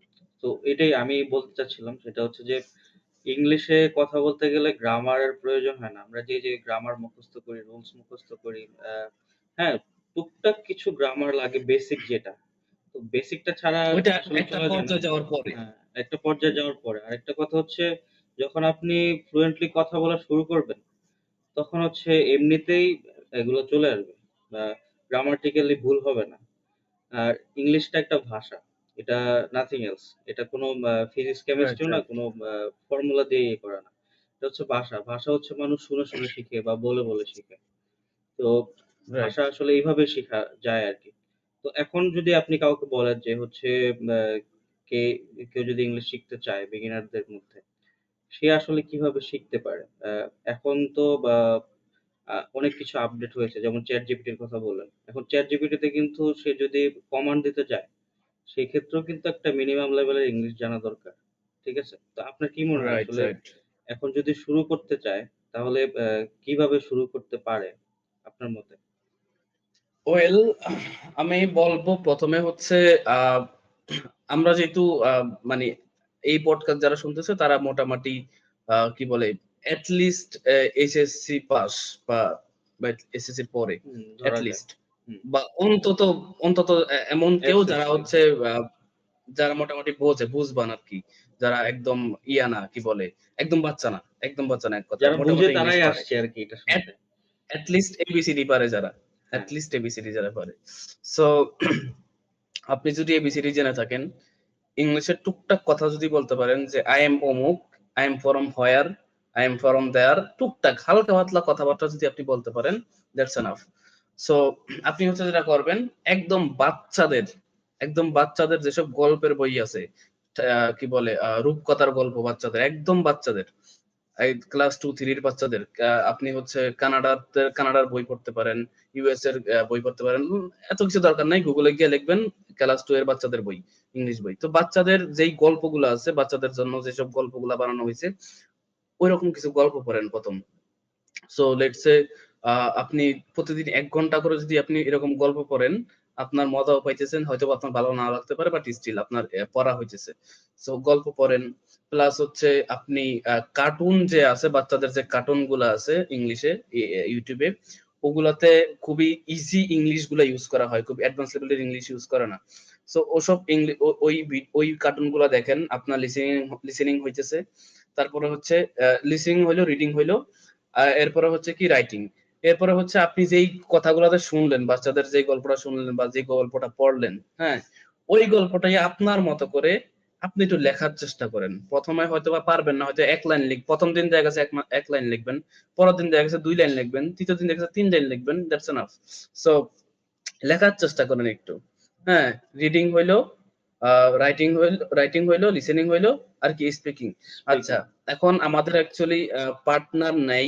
সো আমরা যদি চ্যাট জিপিটি কে পার্টনার হিসেবে ইউজ করতে পারি, দ্যাটস অলসো গুড। আপনি চ্যাট জিপিটি কে গিয়ে বলতে পারেন, চ্যাট জিপিটির ভয়েস কমান্ডের একটা সিস্টেম আছে। সো যদি এটা ফ্রিতে আছে কিনা নট শিওর, আমি তো প্রিমিয়ামটা ইউজ করি। সো ফ্রিতে থাকার কথা, যাই হোক। সো ওখানে ওরে গিয়ে বাংলাতেই বলবেন যে দেখো, আমি হচ্ছে খুবই বিগিনার, আমি ইংলিশে কিছুই জানি না, আমি হচ্ছে তোমার সাথে ইংলিশে প্র্যাকটিস করতে চাই, তুমি আমাকে কিছু বেসিক কোশ্চেন করবা ইংলিশে, আমি সেগুলো ইংলিশে উত্তর দেওয়ার চেষ্টা করব, আমার যে ভুল হয় কোথাও তুমি আমার কারেক্ট করে দিবা। এরকম করে চ্যাট জিপিটির সাথে কথা বলতে পারেন, একদম মানুষের মতো করে কথা বলবে আপনার সাথে, ট্রাস্ট মি। এটাও যদি না পারেন, একটা ওয়েবসাইট আছে, ওয়েবসাইটের নামটা আমার এই মুহূর্তে মনে নাই, ফ্রি ফর টক এরকম, মেবি ফ্রি আচ্ছা, ফর টক পরবর্তীতে এরকম আমরা টাইপের এটা একটা, দিয়ে দিব ডেসক্রিপশনে। হ্যাঁ হ্যাঁ, ফ্রি ফর টক নামে একটা ওয়েবসাইট আছে, যেখানে হচ্ছে আপনি গিয়া ভাষা প্র্যাকটিস করতে পারেন। বিভিন্ন বিভিন্ন গ্রুপ আছে, ওই গ্রুপে ঢুকবেন, ঢুকে হচ্ছে তারা দেখবেন সবাই ইংলিশে কথাবার্তা বলতেছে, আপনিও তাদের সাথে ইংলিশে, ওখানে আপনারা কেউ চিনে না, আপনিও কারো চিনেন না। সব অচিন মানুষের সাথে ভুলভাল ইংলিশ মারলে তো কোনো সমস্যা নাই, পেস্টিতে নষ্ট হবে না। হ্যাঁ, তো ওখানে গিয়ে আপনি ভুলভাল ইংলিশ মারবেন, কোনো সমস্যা নাই, ওখানে সবাই শিক্ষার জন্যই আসছে, তারাও ভুলভাল ইংলিশ বলার জন্যই আসছে। সো ওখানে আমি প্র্যাকটিস করতাম প্রচুর। সো ওখানে গিয়ে রেগুলার আধা ঘন্টা 1 ঘন্টা হচ্ছে রেগুলার কথাবার্তা বলেন তাদের সাথে, রিয়েল লাইফ মানুষদের সাথে। ওখানে বেশিরভাগ ইন্ডিয়ান মানুষ, তো ইন্ডিয়ানদের ইংলিশের অবস্থা খারাপ, আপনার থেকেও খারাপ। সো প্যারা নাই, নিট টেনশনে গিয়ে তাদের সাথে প্র্যাকটিস করতে পারবেন, ওইটা করতে পারেন। আর যদি হচ্ছে আপনি মোটামুটি কমান্ড দেওয়ার অবস্থায় থাকেন, এটা বললাম যারা একদম বেসিক কিছুই জানেন, মানে চ্যাট জিপিটি কে কমান্ড দেওয়ার অবস্থাতেও যারা নাই, তাদের ক্ষেত্রে বললাম। আর যদি আপনি মোটামুটি চ্যাট জিপিটি কে কমান্ড দেওয়ার অবস্থায় থাকেন, তাহলে চ্যাট জিপিটি রে আপনি অনেস্টলি খুব সুন্দরভাবে বলেন, প্রম্পটটা এভাবেই দিবেন, আমি বাংলায় বলি, আপনি ইংলিশ করে দিয়েন যে আমি ক্লাস 6 এর একজন স্টুডেন্ট বা ক্লাস 3 এর একজন স্টুডেন্ট। সো আমি ইংলিশ প্র্যাকটিস করতে চাই, ইংলিশ শিখতে চাই, ইংলিশ স্পিকিং শিখতে চাই। সো তুমি আমাকে হচ্ছে গিয়া একটা 30 দিনের জন্য বা 2 মাসের জন্য একটা একটা রোড ম্যাপ তৈরি করে দাও, আমি প্রথম দিন কি শিখবো, দ্বিতীয় দিন কি শিখবো, এরকম ভাবে আমাকে একটু লিস্ট বাই লিস্ট ভাগ করে করে হচ্ছে আমাকে দাও, যাতে হচ্ছে আমি 2 মাসের মাথায় আমি ইংলিশ শেখা মোটামুটি হয়ে যায়। এরকম করে যদি আপনি বলতে পারেন, ওরে বলে দিবেন যে আমি হচ্ছে একজন ক্লাস 3 এর স্টুডেন্ট। ওরে যখন আপনি বলবেন ক্লাস 3 এর স্টুডেন্ট, তখন ও জানে ক্লাস 3 এর স্টুডেন্টদেরকে কোন টাইপের জিনিস শিখতে দেওয়া লাগবে। সো আপনি যদি বলেন যে আমাকে জাস্ট কারিকুলাম দাও, তাহলে হয়তো একটা অ্যাডভান্স কারিকুলাম দিয়ে দিবে। সো ওইটা করা যাবে না, বলে দিবেন যে আমি ক্লাস 3 এর স্টুডেন্ট। সো এরপরে প্রথম ডে 1 এ কি করতে হবে, ডে 2 তে কি করতে হবে, এরকম ইন টোটাল একটা কারিকুলাম সে দিয়ে দিবে আপনাকে। ওই কারিকুলামটা জাস্ট সার্চ করেন, কপি করেন, ইউটিউবে গিয়ে পেস্ট করেন, মানে ওইটা জাস্ট শিখেন। ওইটা ইউটিউব থেকে শিখতে পারেন, গুগল থেকে শিখতে পারেন। কোর্স করা রিকমেন্ড করি না আমি, কারণ ইংলিশ শিখতে হলে কোর্সের কোনো লাভ নাই। কোর্সে যেটা পারে আপনাকে জাস্ট একটা কারিকুলাম দিতে পারে, কিন্তু মেইন শেখার যেই ইয়াটা ওইটা আপনাকেই করা লাগবে, ওইটা কোর্সে পারবে না। সো আপনি কোর্স নিজে হচ্ছে একটা মোটামুটি একটা ইন্টারমিডিয়েট লেভেল পর্যন্ত যান এরকম করে, এরপরে প্রয়োজন আপনি অ্যাডভান্স কোর্স করলে করতে পারেন। আমি যদি আজ পর্যন্ত কোনো কোর্স করি নাই, বাট এই তো এভাবে করতে পারেন, এভাবে করলে আশা করি হয়ে যাওয়ার কথা আর কি। আচ্ছা, হ্যাঁ, খুব সুন্দর গাইডলাইন দিয়েছেন ভাইয়া। আরেকটা বিষয় আমি অ্যাড করতে চাই, সেটা হচ্ছে যে লিখার ক্ষেত্রে গ্রামারলি ইউজ করা যায়। গ্রামারলিটা ফ্রি, অ্যান্ড সাবস্ক্রিপশন আছে ওদের, বাট ফ্রিটা ইউজ করলেও অনেক কিছু হচ্ছে গ্রামাটিক্যাল যেই ভুলগুলো আছে ছোটখাটো, বা হচ্ছে একটা ফ্রেজ হয়তো আপনি অনেক বড়ভাবে লিখছেন বা একটু স্ট্যান্ডার্ড ওয়ের বাইরে আরকি। তো তখন সে হচ্ছে একটা স্ট্যান্ডার্ড সেন্টেন্স আপনাকে বানায় দিবে। আপনার সেন্টেন্সটা দিয়ে। তো ওইটাও হুম, আসলে ইউজ করতে পারেন। অ্যান্ড ওইখান থেকে যখন আপনি used to হয়ে যাবেন ওইটা বারবার ইউজ করবেন, তখন হচ্ছে আপনি আস্তে, আস্তে আসলে শিখতে পারবেন আরকি। আর আস্তে, আস্তে সাবকন্সিয়াসলি আপনার মাথায় এগুলা ক্যাচ করে যাবে। তখন আর এগুলা ভুল হবে না আরকি। তো রাইট। তা আরেকটা বিষয় জানতে চাচ্ছি কোর্সের কথা যেহেতু আসছে ভাইয়া। তো হুম। আপনার এরকম কোনো কোর্স আছে যেটা হচ্ছে আপনি কিনছেন এখন পর্যন্ত করা হয়নি? এরকম তো অনেক আছে। কিনে রেখে দিছি কিন্তু কোর্স করা হয়নি। আচ্ছা। এরকম অনেক আছে ভাই। তো আমারও হুম, আসলে সেম অবস্থা। তো আ অনেক কোর্স কিনবেন। কিন্তু ওই যে ভাইয়া যেটা বলল যে আপনার নিজেকেই হচ্ছে সবকিছু করতে হবে। টিচার একটা হচ্ছে গাইডলাইন। উনি হচ্ছে রাস্তাটা দেখায় দিবে। উনি কিন্তু আমাকে রাস্তাটা পার করে দিবে না কাঁধে তুলে। ঠিক আছে? রাইট, রাস্তাটা রাইট। দেখায় দিবে। এখানে আবার আরেকটা বিষয় কিছু, কিছু ইনস্টিটিউশন বা কিছু, কিছু হচ্ছে কোর্স আ তারা প্রমিস করে যে হচ্ছে ইনকাম এনে দিব। আগে অনেক বেশি করত, এখন অনেক কম করে। এখন এই জিনিসটা একটু পাল্টায় এখন গেছে। মানুষ সচেতন হইতেছে আস্তে, আস্তে। হ্যাঁ, সচেতন হইতেছে। তো তারপরে এখনো অনেক জায়গায় করে যেমন বিশেষ করে হচ্ছে গ্রামাঞ্চলে ইনস্টিটিউশন গুলা। আমি এরকমই হুম, দেখছি হুম, হুম। যে হচ্ছে অ্যা Microsoft Word শিখাবে, Excel শিখাবে, ১০-১৫,০০০ টাকা নিয়ে গেছে। ঠিক আছে? তারপরেও এরকম দেখছি যে সব শিখায় ফেলতেছে। মানে A to Z সে ডিজিটাল মার্কেটিং ও শিখাচ্ছে, গ্রাফিক ডিজাইন ও শিখাচ্ছে, আ ভিডিও এডিটিং ও শিখাচ্ছে। তারপর ইন্টারনেট ব্রাউজিং শিখাচ্ছে। ঠিক আছে? তো এগুলো শিখে কিন্তু ১০-১৫,০০০ টাকা নিয়ে যাইতেছে। তো আমি কারিকুলাম গুলো দেখছি মানে ওদের সিলেবাস দেখছি আরকি কোর্স মডিউল গুলো। সেজন্য বললাম। তো সেক্ষেত্রে একটু ইন্টারাপ্ট করি। এটার জি, কথা যেহেতু মনে করছেন, একটা আচ্ছা মজার বলুন। গল্প আছে আমার। হ্যাঁ, আমি হচ্ছে মেবি 18 সালে বা 19 সালে হবে। আমি হচ্ছে তখন কম্পিউটার শিখবো। ঠিক আছে? এটা হচ্ছে আমার ওই ফটোশপ শেখারও মেবি আগে। সো কম্পিউটার শিখবো আমি। ডিসিশন নিছি। দেন হচ্ছে আমার একটা ফ্রেন্ড একটা একটা কোর্সে ভর্তি হইছে। এটা আইটি সেন্টারে। যেখানে গিয়ে প্রতিদিন বিকাল ৩ টার দিকে যায় আর ৫ টার দিকে শেষ হয় এরকম। সো ওকে, বেশ ভালো ব্যাপার। ৳৬,০০০ বেতন। ৬,০০০ টাকা হচ্ছে গিয়ে দেওয়া লাগবে এবং কোর্স শেষে সার্টিফিকেট দিবে। অ্যা অল গুড। তো তখন তো আসলে কত কিছু কোনো কিছুই বুঝতাম না। তো আমার তো কম্পিউটার শেখা লাগবে। আমি দৌড় মেরে চলে গেছি। ভর্তি হয়ে গেছি। টাকা কোনো না কোনোভাবে স্ট্রাগল করে ম্যানেজ করছি। দেন ভর্তি হয়ে গেছি। এরপরে হচ্ছে ভর্তি হওয়ার পরে ওখানে লেখা ছিল যে data entry, Excel, MS Word, তারপরে পাওয়ার পয়েন্ট, স্লাইড ডিজাইন, তারপরে হচ্ছে গিয়া ইন্টারনেট ব্রাউজিং, হ্যাঁ, ইমেইলিং, ঠিক আছে? এরকম ফেসবুকে অনেক কিছু লেখা ফেসবুক ছিল। ক্রিয়ে হ্যাঁ, পেজ ক্রিয়েশন, আ রাইট। ইউটিউব চ্যানেল তো ক্রিয়েশন। এ এ এখন এগুলা আছে, তখন Facebook সোশ্যাল মিডিয়া গুলা ছিল না। তো এ এগুলা ছিল। তো ওকে, অ্যান্ড ওখানে যাওয়ার পরে আমি স্যারকে বললাম যে, "স্যার, আ মানে ১ম ২-৩ দিন ক্লাস করার পরে দেখলাম যে না, খুবই বেসিক জিনিস শিখাইতেছে অ্যান্ড এগুলা অ্যাকচুয়ালি মানে ইত্থানিক জিনিস শিখাইতে ২-৩ ঘন্টা টাইম নিতেছে।" ঠিক আছে? ঘুরায় পেঁচায়। অথচ ২-৩ ঘন্টা দেখা গেছে আরো বেশি কিছু শিখানো যাইতো। তো স্যারকে যখন বললাম যে আমরা ওই ২ মাসের ৬ মাসের কোর্স আমরা যদি ৩ মাসে শেষ করি কোনো সমস্যা আছে কিনা? স্যারও এগ্রি হইলো। আমার ব্যাচমেটদেরকে আমি রাজি করাইলাম। এরপরে হচ্ছে আমরা ২.৫ মাসে শেষ করে ফেললাম। ওই স্যারকে হচ্ছে যেই কথাটা ওনারা ১ ঘন্টা ধরে বলতো, ওই কথাটা ১০ মিনিটের বেশি বলতে দিতাম না। বলতাম, "স্যার বোঝা শেষ। এবার নেক্সট টপিকে যান।" এইরকম আরকি। ভালো স্টেপস নিছেন। সো সো এভাবে হচ্ছে ২.৫ মাসে শেষ করে ফেলি। এরপরে তো এর ২.৫ মাস শেষ করে যদি লাভ হয় নাই, বাকি মাসগুলা অপেক্ষা করতে হইছে পরীক্ষা দেওয়ার জন্য। তো এরপরে পরীক্ষা দিলাম। পরীক্ষা আর কি ভাই, মানে এখন পডকাস্টে এসব বলা ঠিক হবে কিনা জানি না। বলেন বাট সমস্যা নেই। পরীক্ষাতে সবাই A প্লাস। পরীক্ষাতে সবাই A প্লাস, কেউই ফেল আচ্ছা। নাই আরকি। সো আচ্ছা, পরীক্ষা ওইভাবে নিছে আরকি। বা হুম, ওইভাবেই ইউ নো হাউ। জাজ করছে আরকি। হ্যাঁ, সবাই জানে। রাইট। যাই হোক ওটা সো না বলি। সবাই A প্লাস, সবাই A প্লাস, কেউই ফেল নাই, কারো মার্কও কম নাই, সবাই A প্লাস। যাই হোক। সো এই হচ্ছে ব্যাপার। তো আমি স্যারকে একটা পর্যায়ে জিজ্ঞেস করলাম, "স্যার", যখন সে বলল যে সব কাজ শেখা শেষ। তখন হুম, বললাম, "স্যার ওকে।" আমি কিন্তু লিস্ট করে রাখছি সবকিছু। কি, কি শিখানোর কথা সে প্রমিস করছিল। এরপরে তাকে বললাম, "স্যার এমএস ওয়ার্ড এর কাজ ওকে।" টিক দিলাম। শেষ। হুম, এক্সেল শেষ। আচ্ছা স্যার, হুম। ডাটা এন্ট্রি তো শিখলাম না।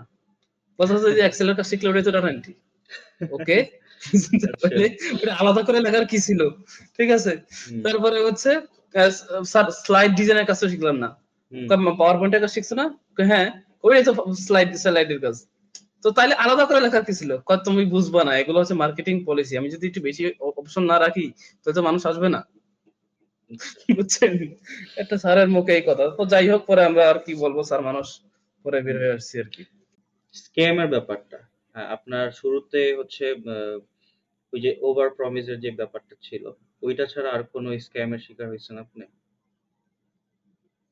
আহ, না, ওইটা ছাড়া আর তেমন কোনো স্ক্যামের শিকার হয় নাই, বাট এমন হয়েছে যে আহ, একজন মেন্টর আছে যে হচ্ছে তাকে ভালো মনে করছিলাম, বাট সে ভালো জিনিসই শিখায়। সমস্যা হচ্ছে সে এজ এ মানুষ হিসাবে বা এজ এ মেন্টর হিসাবে সে আমার জন্য গুড ফিট ছিল না। মানে আমি যখন একজন মেন্টরের কথা চিন্তা করি, আমার মাথায় আসে যে পোলাইট, ফ্রেন্ডলি এবং হচ্ছে আহ ভালো মানুষ, ঠিক আছে।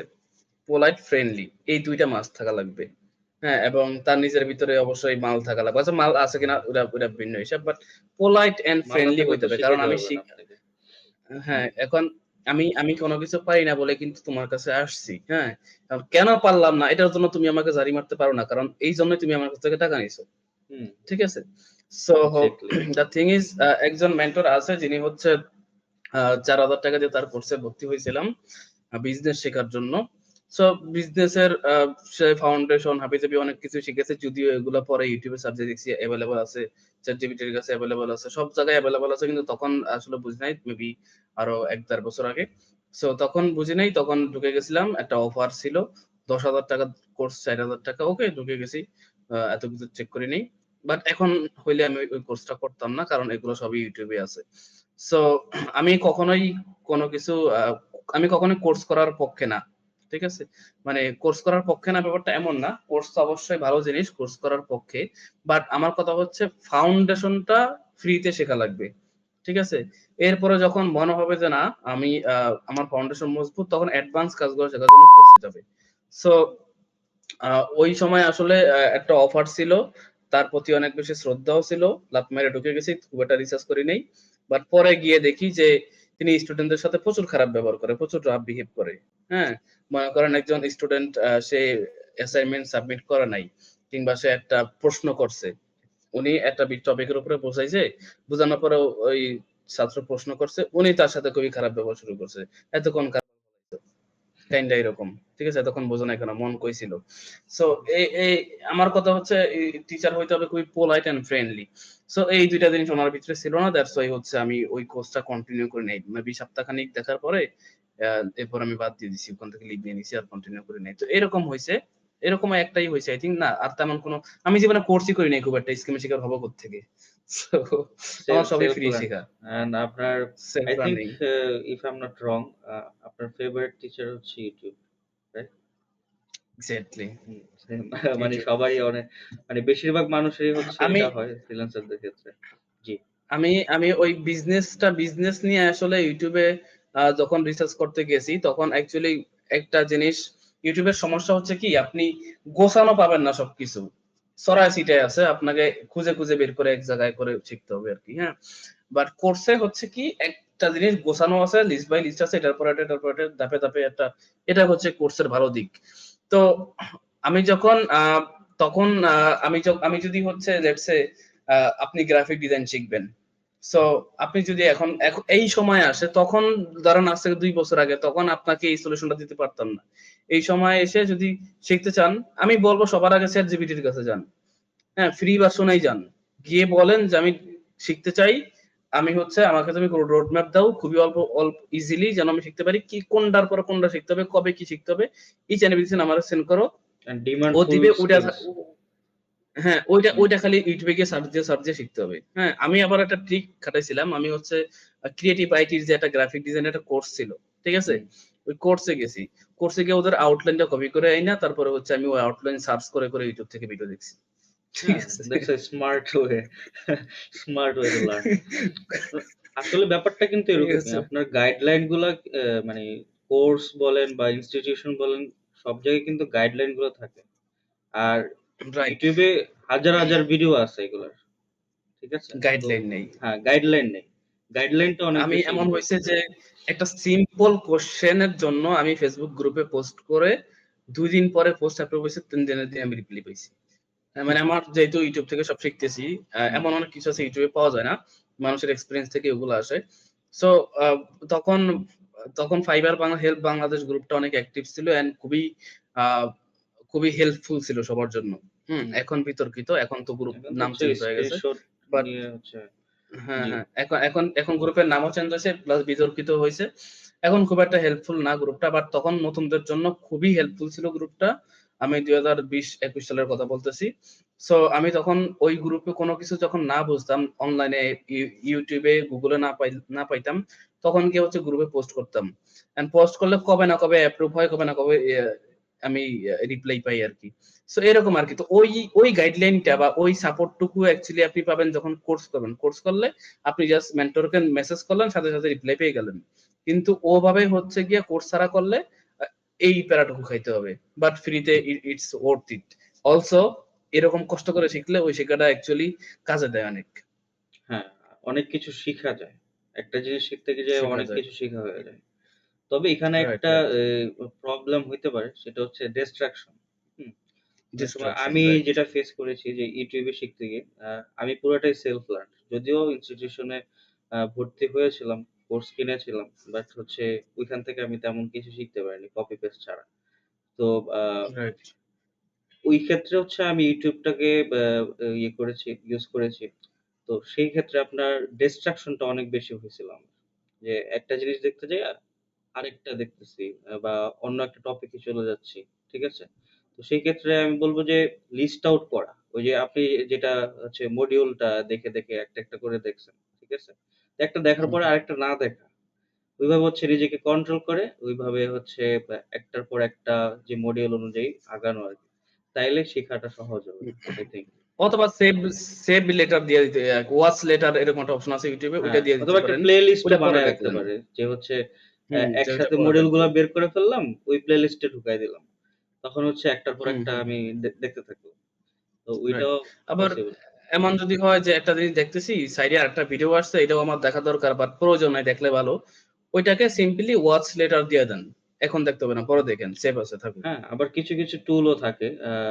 Chrome এর ভিতরে এক্সটেনশন থাকে। হ্যাঁ, যেমন আমি যেটা ইউজ করি নামটা মনে আসতেছে না। তো এক্সটেনশনটা থাকলে হচ্ছে আপনার কোনো অ্যাড বা আদার্স কোনো ভিডিও আসে না। ঠিক আছে? বা সাজেশন থাকে না। ভিডিওর যে সাজেশন থাকে YouTube এ।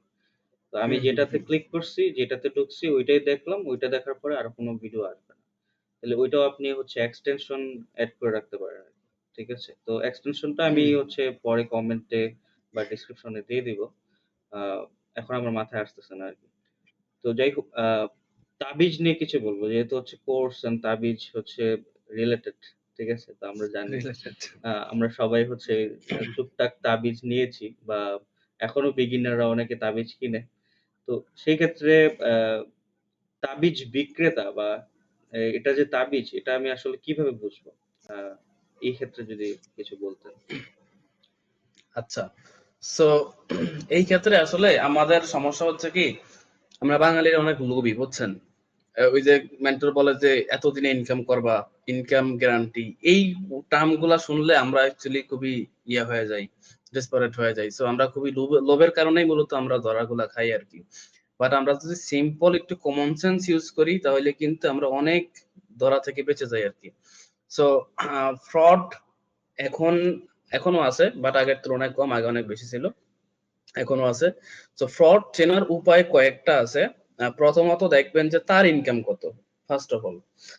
সে মার্কেট প্লেসে অ্যাক্টিভলি কাজ করতেছে কিনা। সে বলছে যে ফাইবার থেকে ইনকাম করো। ফাইবার অ্যাকাউন্ট খোলা আপনাকে শিখাইতেছে, বাট অ্যাকচুয়ালি তার ফাইবারের কি অবস্থা? তার কাছ থেকে বলেন, স্যার আপনার ফাইবার অ্যাকাউন্টটার লিংকটা আমাকে দেন। সে যদি শেয়ার করতে না চায়, তাইলে ভাববেন যে স্ক্যামার, ওখান থেকে কেটে পড়েন। কারণ ফাইবার অ্যাকাউন্টের লিংক শেয়ার করলে কিচ্ছু হয় না। অনেকে ভাবে যে শেয়ার করলে অনেক সমস্যা, কিচ্ছু হয় না। সো সে যদি শেয়ার করতে না চায়, তাহলে ওখান থেকে কেটে পড়েন। সে যদি শেয়ার করে, গিয়ে দেখেন যে সে লাস্ট কাজ করছে কবে, তার রেটিং গুলা কিরকম, সে ইন টোটাল কয়টা কাজ করছে, কবে জয়েন করছে এবং কয়টা কাজ করছে, তার কাজের কোয়ালিটি কেমন, তার ক্লায়েন্টের রিভিউ কেমন, এগুলা দেখেন।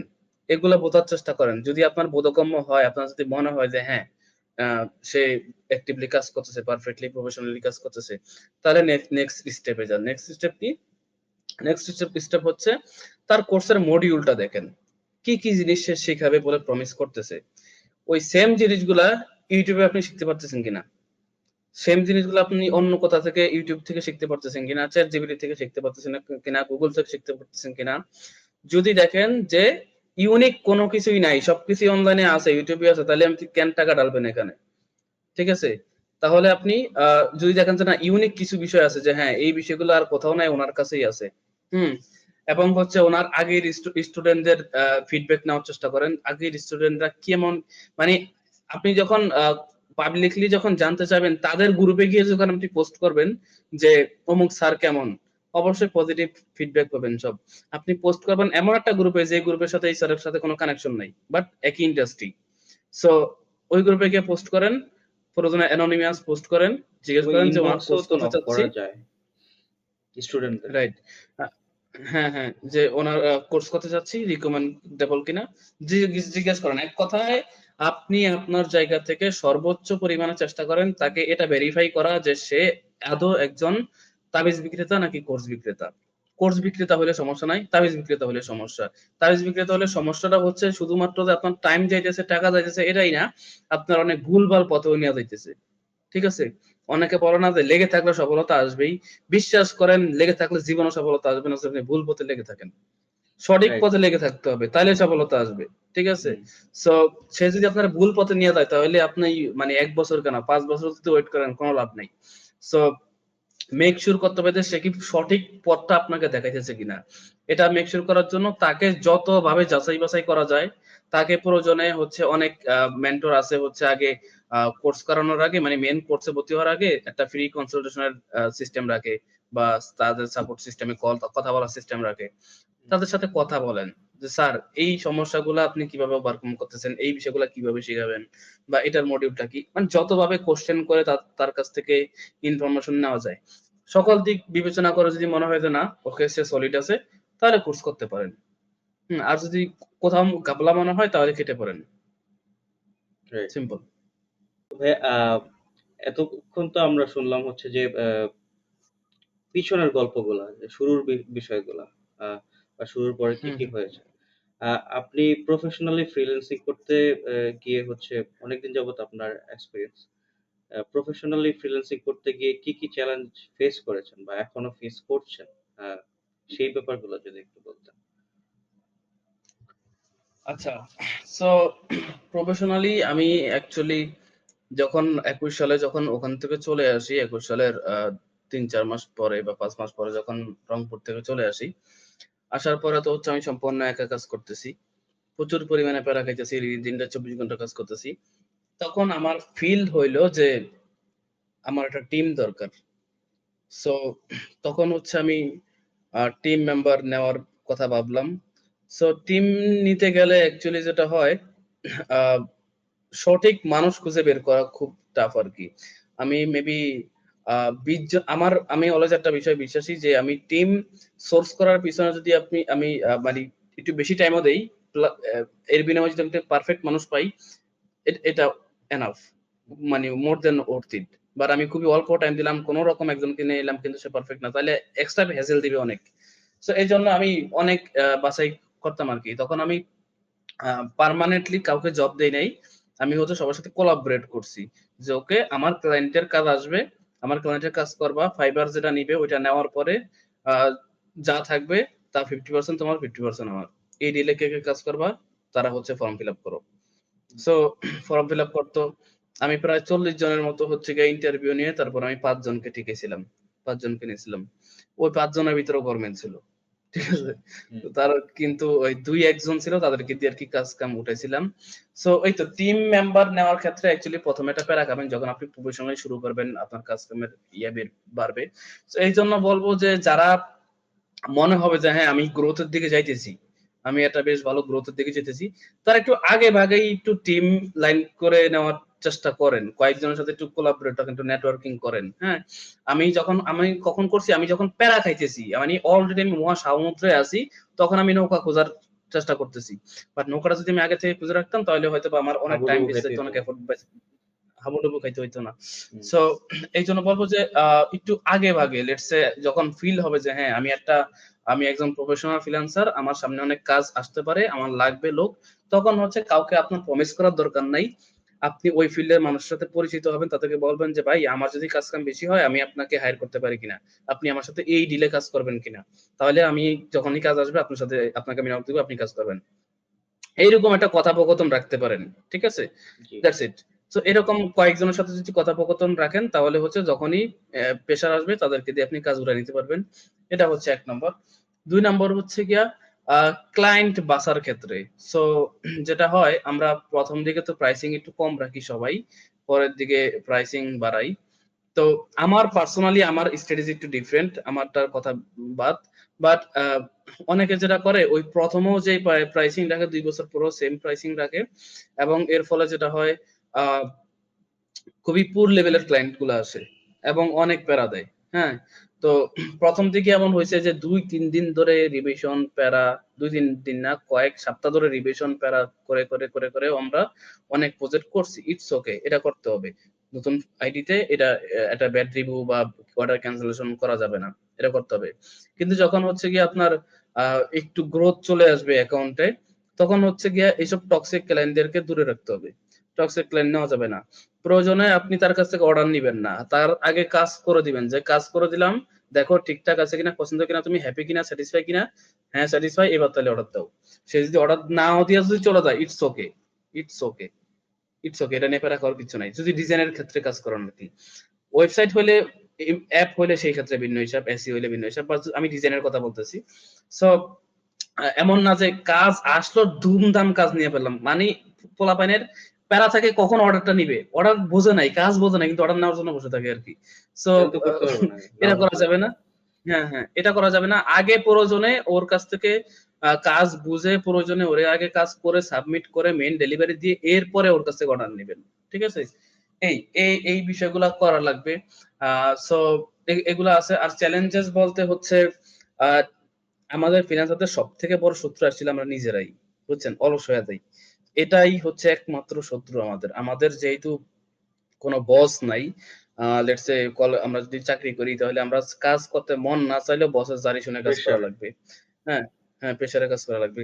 এখন আমারে তো কেউ কিছু বলার নাই। আমি কি আর শুয়ে থাকলেও শুয়ে থাকতে পারি? কেউ কিছু বলার নাই। বসে কাজ করলেও কাজ করতে পারি। কেউ কিছু বলার নাই। তো যখন এরকম একটা ফ্রিডম চলে আসে, এই ফ্রিডমের খারাপ দিকটা বেশি ইউজ হয়। আমার ক্ষেত্রে যেটা হইছে টু বি অনেস্ট। আমি আমার প্রচুর ক্ষেত্রেও। পরিমাণে টাইম ওয়েস্ট করছি। আমি আমি হুম। মানে শুরুতে হচ্ছে আমি প্রচুর ডেডিকেটেড ছিলাম। আপনারা বুঝতে পারছেন আমার কথা শুনে। বাট এখন স্টিল নাও আমি এখন ট্রাই করতেছি একটু ওভারকাম করার, এটা থেকে বের হয়ে আসার। এখন আমার শুয়ে থাকতে মানে কাজ না থাকলেও আমি ডেস্কে বসে প্রয়োজনে ফোন টিপি, তবু আমি গিয়ে শুই না। ঠিক আছে? হুম। সো কিন্তু লেটস সে আজ থেকে ৬ মাস আগেও বা ১ বছর আগেও হচ্ছে লাস্ট ১ বছর ধরে এক কথায় আমার লাইফে প্রচুর অলসতা বাসা বাঁধছে। আমি প্রচুর পরিমাণ অলস হয়ে গেছি। সো এটা অ্যাকচুয়ালি হয় কোত্থেকে? ছোট থেকে জিনিস হয়। মনে করেন আ আজকে লেটস সে বৃষ্টি হইলো। হুম? মন চাইলো উফ আজকে তো বৃষ্টি, ওয়েদারটা সুন্দর, একটু কাজ না ঘুমাই। করি। আজকে হুম। একটু ঘুমাই। না ভাই, এটা করা যাবে না। রুটিন ঠিক রাখতে হবে। দুনিয়া তাল গাছে উঠুক। রুটিন ঠিক রাখতে হবে। অথচ জব একটা হলে কিন্তু ডিসিপ্লিন এটা রাখতে যাইতাম। হবে। জব হলে কিন্তু যাইতাম, আজকে রাইট। বৃষ্টি হোক, বাদল হোক, তুফান হোক, ঝড় বৃষ্টিতে হোক, ভিজে হইলেও যাই হোক, যাইতাম। হ্যাঁ, ভিজে হইলেও যাইতে হইতো। ইভেন আমি জব করছি তো আমিও জানি। যাইতে হয়। না হুম, গেলে হচ্ছে সেলারি কেটে দিবে। তো এই ব্যাপারটা রাইট, আরকি। রাইট। জি ভাই বলুন। সো চ্যালেঞ্জেস আসলে চ্যালেঞ্জেস যাই বলবো সবগুলাই সলভ করা পসিবল। আজ হোক কাল হোক, হ্যাঁ? কিন্তু অলসতা এমন একটা চ্যালেঞ্জ, এই চ্যালেঞ্জ যদি আপনি আগে থেকে সতর্ক না থাকেন এবং আগে থেকে সলভ না করেন তাহলে আপনার ক্যারিয়ার নষ্ট হয়ে যাইতে পারে। আর অলসতা দূর করার জন্য একটা ফিক্স রুটিনে চলে আসেন। To do list. Trust me it works. To do list তো হচ্ছে কি আপনার কাজগুলো অর্গানাইজ, কখন কি করবেন এটা অর্গানাইজ করার জন্য। বাট রুটিন থাকতে হবে। আমি দিনের লেটস সে ফর এক্সাম্পল আমি সকাল ৯টা থেকে ৫টা পর্যন্ত একটানা কাজ করব।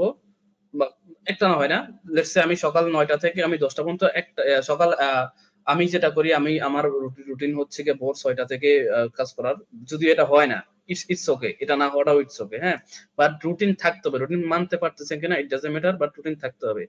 সো আমার রুটিন হচ্ছে সকাল ভোর ৫টা ৬টা থেকে শুরু করে একটানা আর 9টা পর্যন্ত কাজ করা, এর মাঝখানে দুনিয়াতে ঠাড়াও পরে আমি ওদিকে তাকাবো না। ঠিক আছে, এই টাইমে দুনিয়াতে আর যত কোনো কাজ, এই টাইমে কোনো ক্লায়েন্ট মেসেজ দিলে আমি রিপ্লাই দিব না। এই টাইমে শুধুমাত্র আমি ডিপ ওয়ার্ক করবো, আমার যেগুলা কাজ করা লাগবে হার্ড ওয়ার্ক বা যাই বলি ওই কাজটা করবো। কোনো ক্লায়েন্টের রিপ্লাই দিব না, কোনো গার্লফ্রেন্ড বয়ফ্রেন্ডের রিপ্লাই দিব না, কোনো বাবা মা ফ্রেন্ডের সাথে কথা বলবো না, দুনিয়ার আর কোনো কিছু করবো না এই টাইমটার ভিতরে। প্রয়োজন আমি ফোনের ওই যে এরোপ্লেন মোড অন করে রাখবো। হুম 9টা থেকে 10টা এই টাইমটা আমি খাওয়া দাওয়া করবো, হয়তো নিজে রান্না বান্না করতে পারি, খাওয়া দাওয়া করতে পারি। 10টা থেকে আবার হচ্ছে গিয়ে 12টা 1টা পর্যন্ত একটানা কাজ করবো। দুনিয়াতে যাই ঘটে থাক আমি আর কোনো কিছুর দিকে তাকাবো না। ঠিক আছে, ফোনও হাতে নিব না। ফোন যদি মনে হয় যে ডিস্ট্রাকশন দিতেছে, ফেসবুক আসতেছে, ফোনের দূরে সরাই রাখবো। আমার কাজ তো ল্যাপটপে, ফোনে তো কাজ নাই। সো ফোনও সরাই রাখবো এই এই টাইমটুকু পর্যন্ত। আবার দেখা যাচ্ছে 1টা থেকে 3টা পর্যন্ত আমি গোসল করব, খাওয়া দাওয়া করবো, নামাজ পড়বো বা ফ্যামিলিকে টাইম দিব। এই সময়কাল আমি ফোন হাতেও নিব না, কম্পিউটারের কাছেও আসবো না। ক্লায়েন্ট মেসেজ দিয়া তার কাছে উঠে গেল, আমি ওটা রিপ্লাই দিব না। ইমার্জেন্সি সিচুয়েশন ভিন্ন, আমি ইমার্জেন্সি সিচুয়েশনের কথা বলতেছি না। লেটস সে কোনো ক্লায়েন্ট বলতেছে যে আমার ইমার্জেন্সি 10 মিনিটের ভিতরে আমার ফাইলটা লাগবে, হ্যাঁ আপনার হয়তো বা আয়সা দিতে 2 মিনিট লাগবে, ইটস ওকে, দেন সমস্যা নাই। ইমার্জেন্সির হিসাব ভিন্ন, বাট নরমালি একটা ক্লায়েন্ট নক দিছে যে এই কাজটা করছো কিনা, এটা রিপ্লাই 2 মিনিট পরে দিল কি হইছে, বা 2 ঘন্টা পরে দিল বা কি হইছে। হ্যাঁ, সো চেষ্টা করতে হবে। ইমার্জেন্সি পারপাস ভিন্ন। দেখা গেছে আপনি চিন্তা করলাম 9টা থেকে আমি 10টা পর্যন্ত আমি কাজ করব, অন্য দুনিয়াতে কোনো কিছু করব না। এই মুহূর্তে দেখা গেছে আমার মা অসুস্থ হয়ে গেল, আমি কি যাব না? এটা হইলো? অবশ্যই যাব। সো ইমার্জেন্সি সিচুয়েশনটার কথা ভিন্ন, এটা কমন সেন্স ইউজ করতে হবে। Exceptional is not example. Exactly. So emergency situation ভিন্ন। তো এরপরে হচ্ছে আমার টার্গেট থাকে যে আমি কত 10টা থেকে আমি একদম একটানা 1টা পর্যন্ত কাজ করব, বা 2টা পর্যন্ত 1টা পর্যন্ত কাজ করব। সো এই টাইমটা আমি কাজ করে অন্য কিছুতে ফোকাস করি না। আবার 1টা থেকে 3টা পর্যন্ত আমি একটু রেস্ট নিব, ফ্যামিলিকে টাইম দিব। ওই টাইমটাতে আমি আবার কাজে না বসার চেষ্টা করি, কাজে বসি না। হ্যাঁ, বা ফোন হাতে নেই না। ফোন হাতে থাকে বাট কাজে বসি না। ও ফ্যামিলিকে টাইম দেই, আড্ডা দেই। আবার দেখা গেছে 3টা থেকে 5টা পর্যন্ত চেষ্টা করি একটানা কাজ করার। হ্যাঁ, তো কখন কি কাজ করবেন সেটা আপনি ডিসিশন নিয়ে নিবেন। বাট সিস্টেমটা এরকম রাখবেন আর কি, যে এই 3টা থেকে 5টা পর্যন্ত আমি একটানা কাজ করব। এই টাইমে আবার আমি কাউকে সময় দিব না। আমার একমাত্র কাজই সময়। কাজই ফার্স্ট প্রায়োরিটি। এরপরে 5টা থেকে দেখা গেছে রাত 8টা পর্যন্ত বা 7টা পর্যন্ত আমি হচ্ছে কি আমার ফ্যামিলিকে টাইম দিব, কোথাও ঘুরতে যাবো, বের হবো বা ফ্রেন্ডদেরকে টাইম দিব। হ্যাঁ, সেটা করতে পারেন। তখন আবার ফোন-টোন হাতে নিন না, কাজের প্যারা খাইয়েন না। হ্যাঁ, তখন প্রয়োজনে ক্লায়েন্টকে বলেন যে, "না, আমি এতক্ষণের জন্য এভেইলেবল থাকবো না। আমি তোমাকে 2 ঘন্টা পরে মেসেজ করব। আমি তোমাকে 2 ঘন্টা পরে এই ফাইলটা দিব।" প্রয়োজনে ক্লায়েন্টকে বলে দেন। সো এই টাইমটা যাদের জন্য ফিক্স করছেন তাদেরকেই দেন। এরপরে দেখা গেছে ওই 8টা থেকে রাত 10টা পর্যন্ত হয়তোবা মানে ঘুমাতে যাওয়ার আগে যেই টুকটাক কাজ কাম থাকে, গোছানোর কাজগুলা যা থাকে ওগুলা করে ফেলেন। এরপর 10টার দিকে ঘুমায় পড়েন। 10টা থেকে একটানা সকাল 5টা 6টা পর্যন্ত ঘুমান। সমস্যা কি? সো এভাবে একটা রুটিন করে ফেলতে হবে। এই রুটিনটা আপনি দেখা গেছে 30 দিনের ভিতরে 3 দিন অন্তত মানেন, এনাফ, ইটস ওকে। 3 দিন মানছেন বলে চিন্তা করতেছেন যে না রুটিন তো কাজ করে না, বাদ দেই। না, করা যাবে না। ৩ দিন এই মাসে ৩ দিন মানছেন, পরের মাসে ৪ দিন মানবেন। তারপরের মাসে ৫ দিন মানবেন। এভাবে এভাবেই আস্তে, আস্তে চলে আসবে। সো একটা ডিসিপ্লিন লাইফ যদি আমরা নিজেদেরকে দিতে পারি, আমরা একটা ডিসিপ্লিন যদি করে নিতে পারি নিজের সাথে নিজে, তাহলেই এনাফ। আর নিজেকে অ্যাকচুয়ালি পারপাস লাগে যে কেন করতেছি আমি এসব, এগুলো আমি কেন করব? সো একটা স্ট্রং পারপাস লাগবে। মারা না খাইলে আমাদের আসলে কোনো গ্রোথ হয় না বাঙালিদের। True. বুঝছেন? সো আমাদের একটা পারপাস লাগবে যে ওকে আমার পারপাস হইতে পারে আমি আমার বাবা-মাকে হচ্ছে গিয়ে হজ করাবো। এই ২ বছরের ভিতরে আমার এত লাখ টাকা লাগবে। সো আমি হচ্ছে কাজ করতে হবে। Just an example. পারপাস হইতে পারে আমি বিয়ে করবো এই বছরের শেষে। সো আমার টাকা লাগবে। Anything can B A purpose. So এমন একটা পারপাস লাগবে যে পারপাসটা আপনাকে মোটিভেশন দিবে এই স্ট্রিক্ট রুটিনটা ফলো করতে। আপনার দেখা যায় ফেসবুক চালানো হবে না, ফ্রেন্ডদের সাথে আড্ডা হয়তো কমে যাবে, গার্লফ্রেন্ডের সাথে হয়তো টাইম দেওয়া কমে যাবে। ইটস ওকে, এগুলো হবে। তারাও প্যারা দিবে, তারাও চায় আপনি একটু টাইম দেন। এই টাইম দিতে না পারলে তারাও 2টা পাকা কথা বলবে। ইটস ওকে, তাদের পাকা কথা শুনে তাদের সাথে থাকেন। It's okay. সো এই আর কি। ডিসিপ্লিনে চলে আসলে আসলে স্ট্রাগল ওই তেমন একটা আসে না। আর ওই মেইন যে অবস্ট্রাগল ওইটা হচ্ছে অলসতা। এই অলসতা দূর করার এই একটাই মাত্র ওয়ে, আর কোনো ওয়ে নেই। আরেকটা জিনিস অ্যাড করি আমি, সেটা হচ্ছে যে পাকা কথা। ফ্রেন্ড বলবে বা গার্লফ্রেন্ড বলবে বা অনেকেই বলবে, বাবা-মাও বলবে অনেক সময় যে হচ্ছে রাত জেগে কাজ করতেছে। তো পাকা কথা পরে শোনার চাইতে এখন শোনা অনেক ভালো। কারণ হচ্ছে আপনি যদি এখন তাদের পাকা কথা শোনার ভয়ে তাদেরকে সময় দিচ্ছেন এইখানে কাজ না করে, বা আড্ডাবাজি করতেছেন ফ্রেন্ডের সাথে, গার্লফ্রেন্ডের সাথে রাতভর কথা বলতেছেন, কাজ না করে, তখন কিন্তু আপনার ডেভেলপ হবে না। আর এই যে এখন যে এনার্জিটা আছে, এই যে ভাইয়ারও যে প্রবলেম ছিল, প্রবলেম আছে এখন, সেটা হচ্ছে আগে অনেক বেশি কাজ করতে পারছে, এখন কাজ করতে পারে না, তেমন অলসতা কাজ করে। আমারও সেম। আগে অনেক কাজ করতে পারতাম, এখন অলসতা কাজ করে। তো এই যে এনার্জিটা কিন্তু সবসময় থাকে না। তো এখন আপনার যে সময়টা, এখন সেই সময়টাকে কাজে লাগানো উচিত। কাজে লাগায় তারপরে হচ্ছে আহ পরবর্তীতে আপনার যাতে কোনো ঝাড়ি শুনতে না হয় বা পাকা কথা শুনতে না হয়। এখন পাকা কথা শুনে নেন বা ঝাড়ি শুনেন, যা ইচ্ছা এখন করুন, পরে যাতে না শুনতে হয়। কারণ এখন যদি আপনি না শোনার ভয়ে চুপ থাকেন, তাহলে আপনার পরবর্তীতে তেমন কিছুই হবে না। Right, right. একটা কথা আছে এই ব্যাপারে, সেটা হচ্ছে এটা একটা মুভিতে, কি জানি একটা মুভিতে এই এটা কথাটা দেখছিলাম, মনে নাই আমার মুভিটার নাম এক্স্যাক্টলি, বাট কথাটা কাইন্ড অফ এরকম যে বিবাহিত, আপনি আপনি বিয়ে করবেন, ওখানেও প্যারা। আপনি সিঙ্গেল থাকবেন, ওখানেও প্যারা। আপনি খেয়ে থাকবেন, তাও প্যারা। না খাবেন, তাও প্যারা। বেকার থাকবেন, তাও প্যারা। জব করবেন, তাও প্যারা। প্যারা is everywhere. You just have to choose কোন প্যারাটা আপনি নিবেন। ঠিক আছে? Hmm, so right. সব কিছুতে প্যারা আছে, সব কিছুতে প্যারা আছে, ট্রাস্ট মি, প্যারাহীন কোনো কিছু নাই, সব কিছুতে প্যারা আছে। আপনাকে জাস্ট চুজ করতে হবে যে কোন প্যারাটা আমি নিব। লেটস সে আমার আহ, আমার হচ্ছে একজন অপরিচিত মেয়ে আমাকে এসে একটা ঝাড়ি মারলো, আপনি তো সহ্য করবেন? করবেন না। কিন্তু ঘরের বউ মারলে কিন্তু সহ্য করবেন, ইটস ওকে, তাই না? দুইটাই প্যারা, বাট আপনি ঘরের বউটা সহ্য করতেছেন। হ্যাঁ, আরেক বেটাই হচ্ছে এসে একটা দুইটা ঝাড়ি মারলে আপনার মেজাজ খারাপ হয়ে যাবে, কিন্তু নিজের বাপে ঝাড়ি মারলে চুপ করে থাকেন। দ্যাট মিনস আপনি চুজ করছেন তার ঝাড়িটা সহ্য করার। সো প্যারা ইজ এভরিওয়্যার। আপনাকে জাস্ট চুজ করতে হবে কোনটা আপনি নিবেন। সো কাজ করবেন, ফ্রিল্যান্সিং বলেন, চাকরি বলেন, বেকার থাকে বলেন, সব জায়গায় প্যারা আছে। এবং বাবা মায়ের কথা, মানে বাবা মা না শুধুমাত্র, যারাই হোক, সব সবাই আপনারা কথা শোনাবে। আর এরা করলেও শোনাবে, ওইটা করলেও শোনাবে, যাই করেন আপনি কথা শোনাবেই। ঠিক আছে? আপনাকে জাস্ট চুজ করতে হবে কোনটা করে আপনি কথাটা শুনতেছেন। That's it. এইটুকু মানতে পারলে বিশ্বাস করেন লাইফ অনেক ইজি হয়ে যাবে। আপনি তো অলস, মানে প্রোডাক্টিভ থাকেন কিভাবে? মানে আপনি যেটা বললেন যে আপনি আহ একটু অলস এখন। তো আসলে প্রোডাক্টিভ একটু না, থাকেন কিভাবে? অনেকটাই। হ্যাঁ, আচ্ছা, প্রোডাক্টিভ থাকা অ্যাকচুয়ালি যায় না, বুঝছেন? আচ্ছা। আমরা, মানে আমার নিজের ভিতরেই একটা বিষয় ছিল অলওয়েজ। আমি অলওয়েজ খুঁজতাম কিভাবে প্রোডাক্টিভ থাকা যায়, how to be a productive. মানে ইউটিউব বলেন, ফেসবুক বলেন, তারপরে হচ্ছে গুগল বলেন, সব জায়গায় খালি এটা নিয়ে সার্চ করতাম, প্রচুর রিসার্চ করতাম, how to be productive. And সবাই অনেক অনেক টিপস দিত, ট্রিক্স দিত, অনেক অনেক কিছু বলতো। বাট বিশ্বাস করেন কোনো কিছুই কাজে দেয় নাই, আনটিল আমি হচ্ছে একটা একটা লাইন শুনছি। সো ওই লাইনটা কি বলছাম নট শিওর এক্স্যাক্টলি। সেটা হচ্ছে এরকম একটা বিষয় যে প্রোডাক্টিভ থাকার প্রয়োজনই নেই। আপনি জাস্ট আপনার যেটা করা দরকার ওটা করেন, দ্যাটস ইট, আর কিছু না। যেটা আপনার ইম্পর্টেন্ট কাজ, ওইটা জাস্ট খালি করে ফেলেন সবার আগে। আর কোনো কিছু নাই। মনে করেন ফাইবারে অর্ডার আসছে, হ্যাঁ, আপনি চিন্তা করতেছেন আমি কাজের ফিলিং আসবে ভিতরে, প্রোডাক্টিভিটি ফিল করবো, এরপর আমি কাজে বসবো না। আপনি প্রোডাক্টিভিটি ফিল করতেছেন না, কাজের ফিলিং নাই, নিজের গাড়ে নিজেরে ধইরা ডেস্কে বসায় তারপরে কাজটা করে ফেলেন, that's a productivity. Hmm, right, right. That's it. আর হ্যাঁ, এইটা অবশ্য এখন কি কি কাজ করবেন, ওই কি কি কাজ করবেন, আপনি কখন কোনটা কাজটা করা লাগবে, বা কখন কি কি কাজ আমার আছে, এইটা ম্যানেজমেন্ট করার জন্য আপনারা আমি বিভিন্ন টুলস সাজেস্ট করতে পারি। টু ডু লিস্ট আমি বর্তমানে ইউজ করতেছি, ওইটা ইউজ করতে পারেন। বা to do to do list বা হাবিজাবি বিভিন্ন টুল ইউজ করতে পারেন, আপনার যেগুলো একটা দিয়ে আপনি ভিডিও ম্যানেজ ছিল করতে টু পারবেন ডু যে, লিস্টের রিসেন্টলি। হ্যাঁ, ওই ভিডিওগুলো দেখে হচ্ছে আপনি জানতে পারেন যে কখন আমি কোন কাজটা করব না করব। এটা জাস্ট আপনি সাজায় রাখতে পারেন। বাট ওই কাজটা আপনি খালি প্ল্যান করে গেলেন যে আমি আজকে এটা করব, কালকে এটা করব, এখন এটা করব, তখন এটা করব, কিন্তু করলেন না। করতেছেন না, এটা প্রোডাক্টিভিটি না। যদি না করেন এটা প্রোডাক্টিভিটি না।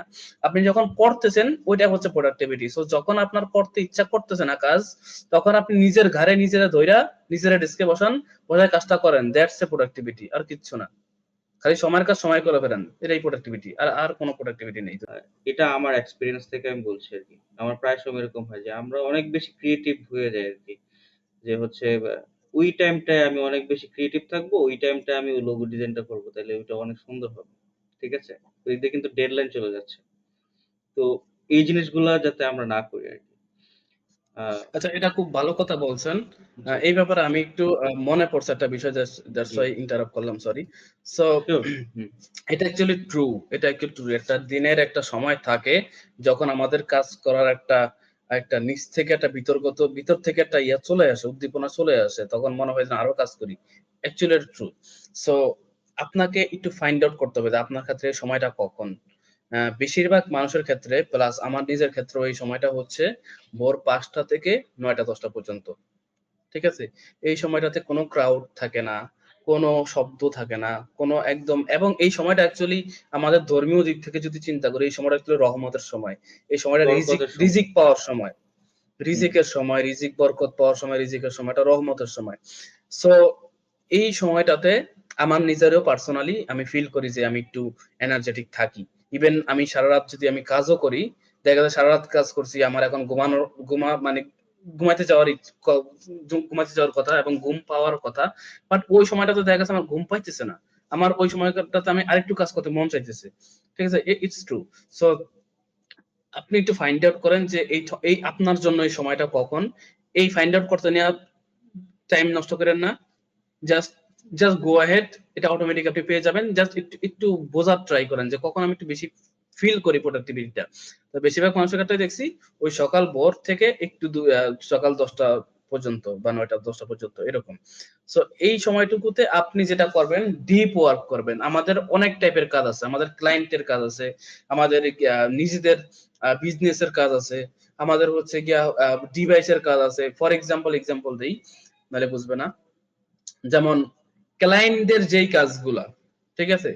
যেই কাজগুলা হচ্ছে গিয়ে আমার করা লাগবেই, ওগুলা হচ্ছে আমরা একটা আলাদা ভাগে রাখবো যে এই কাজটা আমি এই টাইমে করব। হুম? আমি দেখা গেছে আমি যে বলি না যে সকাল ভোর ৬টা থেকে আমি ৯টা পর্যন্ত একটা ডিপ ওয়ার্ক করব। সো ডিপ ওয়ার্কে দেখা যায় আমি বেশিরভাগ ক্লায়েন্টদের কাজই করি। হুম? বা এমন কাজগুলা করি যেই কাজগুলাতে মাথায় একটু প্রেশার নেওয়া লাগবে। ঠিক আছে? একটা লোগো ডিজাইন যখন আমি করব, আমার একটু ভাবতে হবে, ডিস্ট্রাকশন ফ্রি থাকতে হবে, আশেপাশে শব্দ হওয়া যাবে না। একটু আ ভালো একটু এনভায়রনমেন্ট লাগবে। তো ওই টাইমে দেখা গেছে আমি ওই লোগো ডিজাইনের কাজটা করি। আমি আমার বিজনেস নিয়ে হচ্ছে একটু ক্রিয়েটিভ প্ল্যান করব। ওই প্ল্যানিং এর কাজটুকু আমি হচ্ছে গিয়ে সকাল ভোরে করি। আবার দেখা গেছে আমি হচ্ছে ক্লায়েন্টের জন্য সোশ্যাল মিডিয়া ডিজাইন বানাবো। হুম? এটা মাথায় খুব একটা ইফেক্ট ফালাবে না আমার। কত ভাবার কাজ নাই। ওকে, এই কাজটা দেখা গেছে আমি দুপুরে করলাম, বিকালে করলাম, ক্রাউডের ভিতরে থেকেও করলাম, কোনো সমস্যা নাই। সো একটু আইডেন্টিফাই করেন যে আপনার যেসব কাজ আছে ওই কাজগুলা, যেই কাজগুলাতে একটু মাথা খাটানো লাগে, ওই কাজগুলা একটু ভোরের দিকে করার। আর চেষ্টা করেন রাতে ঘুমানো, দিনে কাজ করার। আমি নিজেই হচ্ছে আ এই ৬ মাস, কি বলে? এই ৬ মাসের আগেও হচ্ছে আমি অলওয়েজ রাতে কাজ করতাম, দিনে ঘুমাইতাম। বাট এখন লাস্ট ৬ মাসের একটু বেশি হবে মেবি। আমি ট্রাই করতেছি দিনে কাজ করার, রাতে ঘুমানোর, অ্যান্ড এটা টাইমের অ্যাকচুয়ালি অনেক বরকত পাওয়া যায় এবং অনেক প্রোডাক্টিভ ও থাকা যায় আসলে। সো এটা করতে পারেন। যাদের জন্য রাতে কাজ করাটা মাস্ট, তাদের হিসাব ভিন্ন, বা চেষ্টা করেন আরকি। সো যেই কাজগুলায় আপনার মাথা খাটানো লাগবে ওগুলা হচ্ছে এমন একটা টাইমে করেন যখন ডিস্ট্রাকশন থাকবে না, নিরিবিলি থাকবে পরিবেশ তখন। আর যেই কাজগুলা হচ্ছে অত বেশি মাথা খাটানোর কাজ নাই, ওটা যখন ইচ্ছা তখন করেন, সমস্যা নেই। তো ক্রিয়েটিভিটি আসলে আমরা কিভাবে বাড়াইতে পারি বা জেনারেট করতে পারি আরকি? ওকে, সো ক্রিয়েটিভিটি আমাদের ডিজাইনারদের জন্য যদি বলি, অ্যাকচুয়ালি শুধু ডিজাইনার না, যেকোনো ফিল্ডের মানুষ এটা ফলো করতে পারে। সো লিখতে লিখতে পারেন। মানে একটা বিষয় নিয়ে, মানে যেকোনো একটা বিষয় নিয়ে আপনি জাস্ট লিখেন। ঠিক আছে? Let's say a anything. Let's say আপনার ডেইলি রুটিন নিয়ে হচ্ছে আপনি লিখেন। এই লিখাটা আপনি কোথাও পাবলিশ করবেন কি করবেন না, it's completely up to you. Just লিখেন। আপনি ফোনের নোটপ্যাডে লিখতে পারেন বা কোথাও লিখতে পারেন। সো লিখেন। লিখলে যেটা হয়, আমাদের থট গুলা একটা প্রসেস অনুযায়ী হয়। এই প্রসেসটা করতে গিয়ে আমাদের ব্রেইন যে প্যারাটা খায়, ওই প্যারাটাতেই আমরা ক্রিয়েটিভ হয়ে যাই। ঠিক আছে? সো লিখতে পারেন। প্লাস হচ্ছে আ বই পড়তে পারেন এবং যারা ডিজাইনার স্পেশালি তারা হচ্ছে গিয়া ডিজাইন দেখার কোনো বিকল্প নাই। প্রচুর পরিমাণে ডিজাইন দেখেন। যারা Facebook এ আ ডিজাইন পোস্ট, মানে ট্রাই করেন Facebook এ আলতু-ফালতু ফ্রেন্ডদেরকে না রাইখা যারা ইন্ডাস্ট্রিতে আছে, যারা ডিজাইনার আছে তাদেরকে রাখার। তাদের ডিজাইন দেখেন। ডেইলি ২ ঘন্টা Facebook যদি স্ক্রল করেন, চেষ্টা করেন অ্যাটলিস্ট আধা ঘন্টা হলেও বিহান্সে গিয়ে একটু স্ক্রল করতে। বিহান্সটাও একটা সোশ্যাল মিডিয়া। সো বিহান্সে গিয়ে একটু স্ক্রল করতে বা ড্রিবলে গিয়ে একটু স্ক্রল করতে। জাস্ট কিচ্ছু করতে পারেন, জাস্ট খালি দেখেন, খালি স্ক্রল করেন, জাস্ট স্ক্রল করেন, দ্যাটস ইট। আর কিছু দেখতে করার দেখতে দরকার নেই। আইডিয়া বেশি জেনারেট মাত্র হয়ে যায়। রাইট। সো এই তো, যত বেশি দেখবেন তত বেশি দেখবেন আইডিয়া চলে আসছে। এই তিনটা টিপসই আই থিঙ্ক এনাফ ক্রিয়েটিভ থাকার জন্য। আরেকটা বিষয় আমি এড করতে চাই, সেটা হচ্ছে যে ঘোরাফেরা করা বা নেচারের সাথে একটু কানেক্ট হওয়া। যত হচ্ছে আমরা ন্যাচারাল জিনিসপাতি দেখবো, আপনি এটাও করতে পারেন যে ছাদে চলে যাবেন, আকাশ দেখলেন বা বারান্দায় গিয়ে আকাশ দেখলেন, একটু মন ভালো হইলো। কালার্স এর ক্ষেত্রে আমি অনেক আগে এরকম একটা লিখেছিলাম, ফেসবুকে পোস্ট করেছিলাম যে when you want to see all the colors together, then look at the sky, you'll find all the beautiful colors together. মানে হচ্ছে সবগুলা কালার আপনি একসাথে পাবেন আর কি। হ্যাঁ, এন্ড কালারের খেলাগুলো আপনি দেখবেন, কালার কম্বিনেশন, ঠিক আছে? অনেক কিছু বোঝা যায়। আকাশ কিন্তু সব সময় একরকম থাকে না, এক এক সময় এক এক রকম থাকে। তো আকাশের দিকে তাকাইলেও অনেক সময় আপনি ক্রিয়েটিভ আইডিয়া বের করতে পারবেন। আবার হচ্ছে তখন সৃষ্টিকর্তার প্রতিও একটা ইয়ে আসবে, মানে চিন্তা ভাবনা আসবে। হ্যাঁ, আপনার ভিতরে যে কি বলে এটারে, ধার্মিক যে বিষয়টা, ওইটা একটু জাগ্রত হবে। এবং আপনি যত হচ্ছে প্রকৃতিকে ভালোবাসবেন, তত হচ্ছে আরো মুগ্ধ হবেন, আরো হচ্ছে আপনি ধার্মিক হয়ে যাবেন। আমি এটা ফিল করি আরকি। আমি পার্সোনালি একজন হচ্ছে প্রকৃতি প্রেমী। তো আমি চেষ্টা করি প্রতিদিন সময় না পাইলেও একটা সময় আমি প্রকৃতিকে দেই। আমি ১ ঘন্টা দেই, ০.৫ ঘন্টা দেই, ১০ মিনিট দেই। প্রকৃতিকে দিলে তখন হচ্ছে ক্রিয়েটিভ আইডিয়া আসবে এবং হচ্ছে যেটা বললাম, আল্লাহর সাথে সম্পর্কটা আরেকটু ভালো হবে এবং আপনি আল্লাহকে চিনতে পারবেন। মানি ম্যানেজমেন্ট, আমরা হচ্ছে অনেক আ টাকা কামাই ফ্রিল্যান্সাররা। আ টাকা না, ডলার কামাই আমরা। তো সেক্ষেত্রে ডলার কিন্তু আবার খরচও করে ফেলি। ঠিক আছে? আমরা রাখতে পারি না। তো সেক্ষেত্রে ভাইয়া আপনি মানি ম্যানেজমেন্টটা কিভাবে করেন আসলে?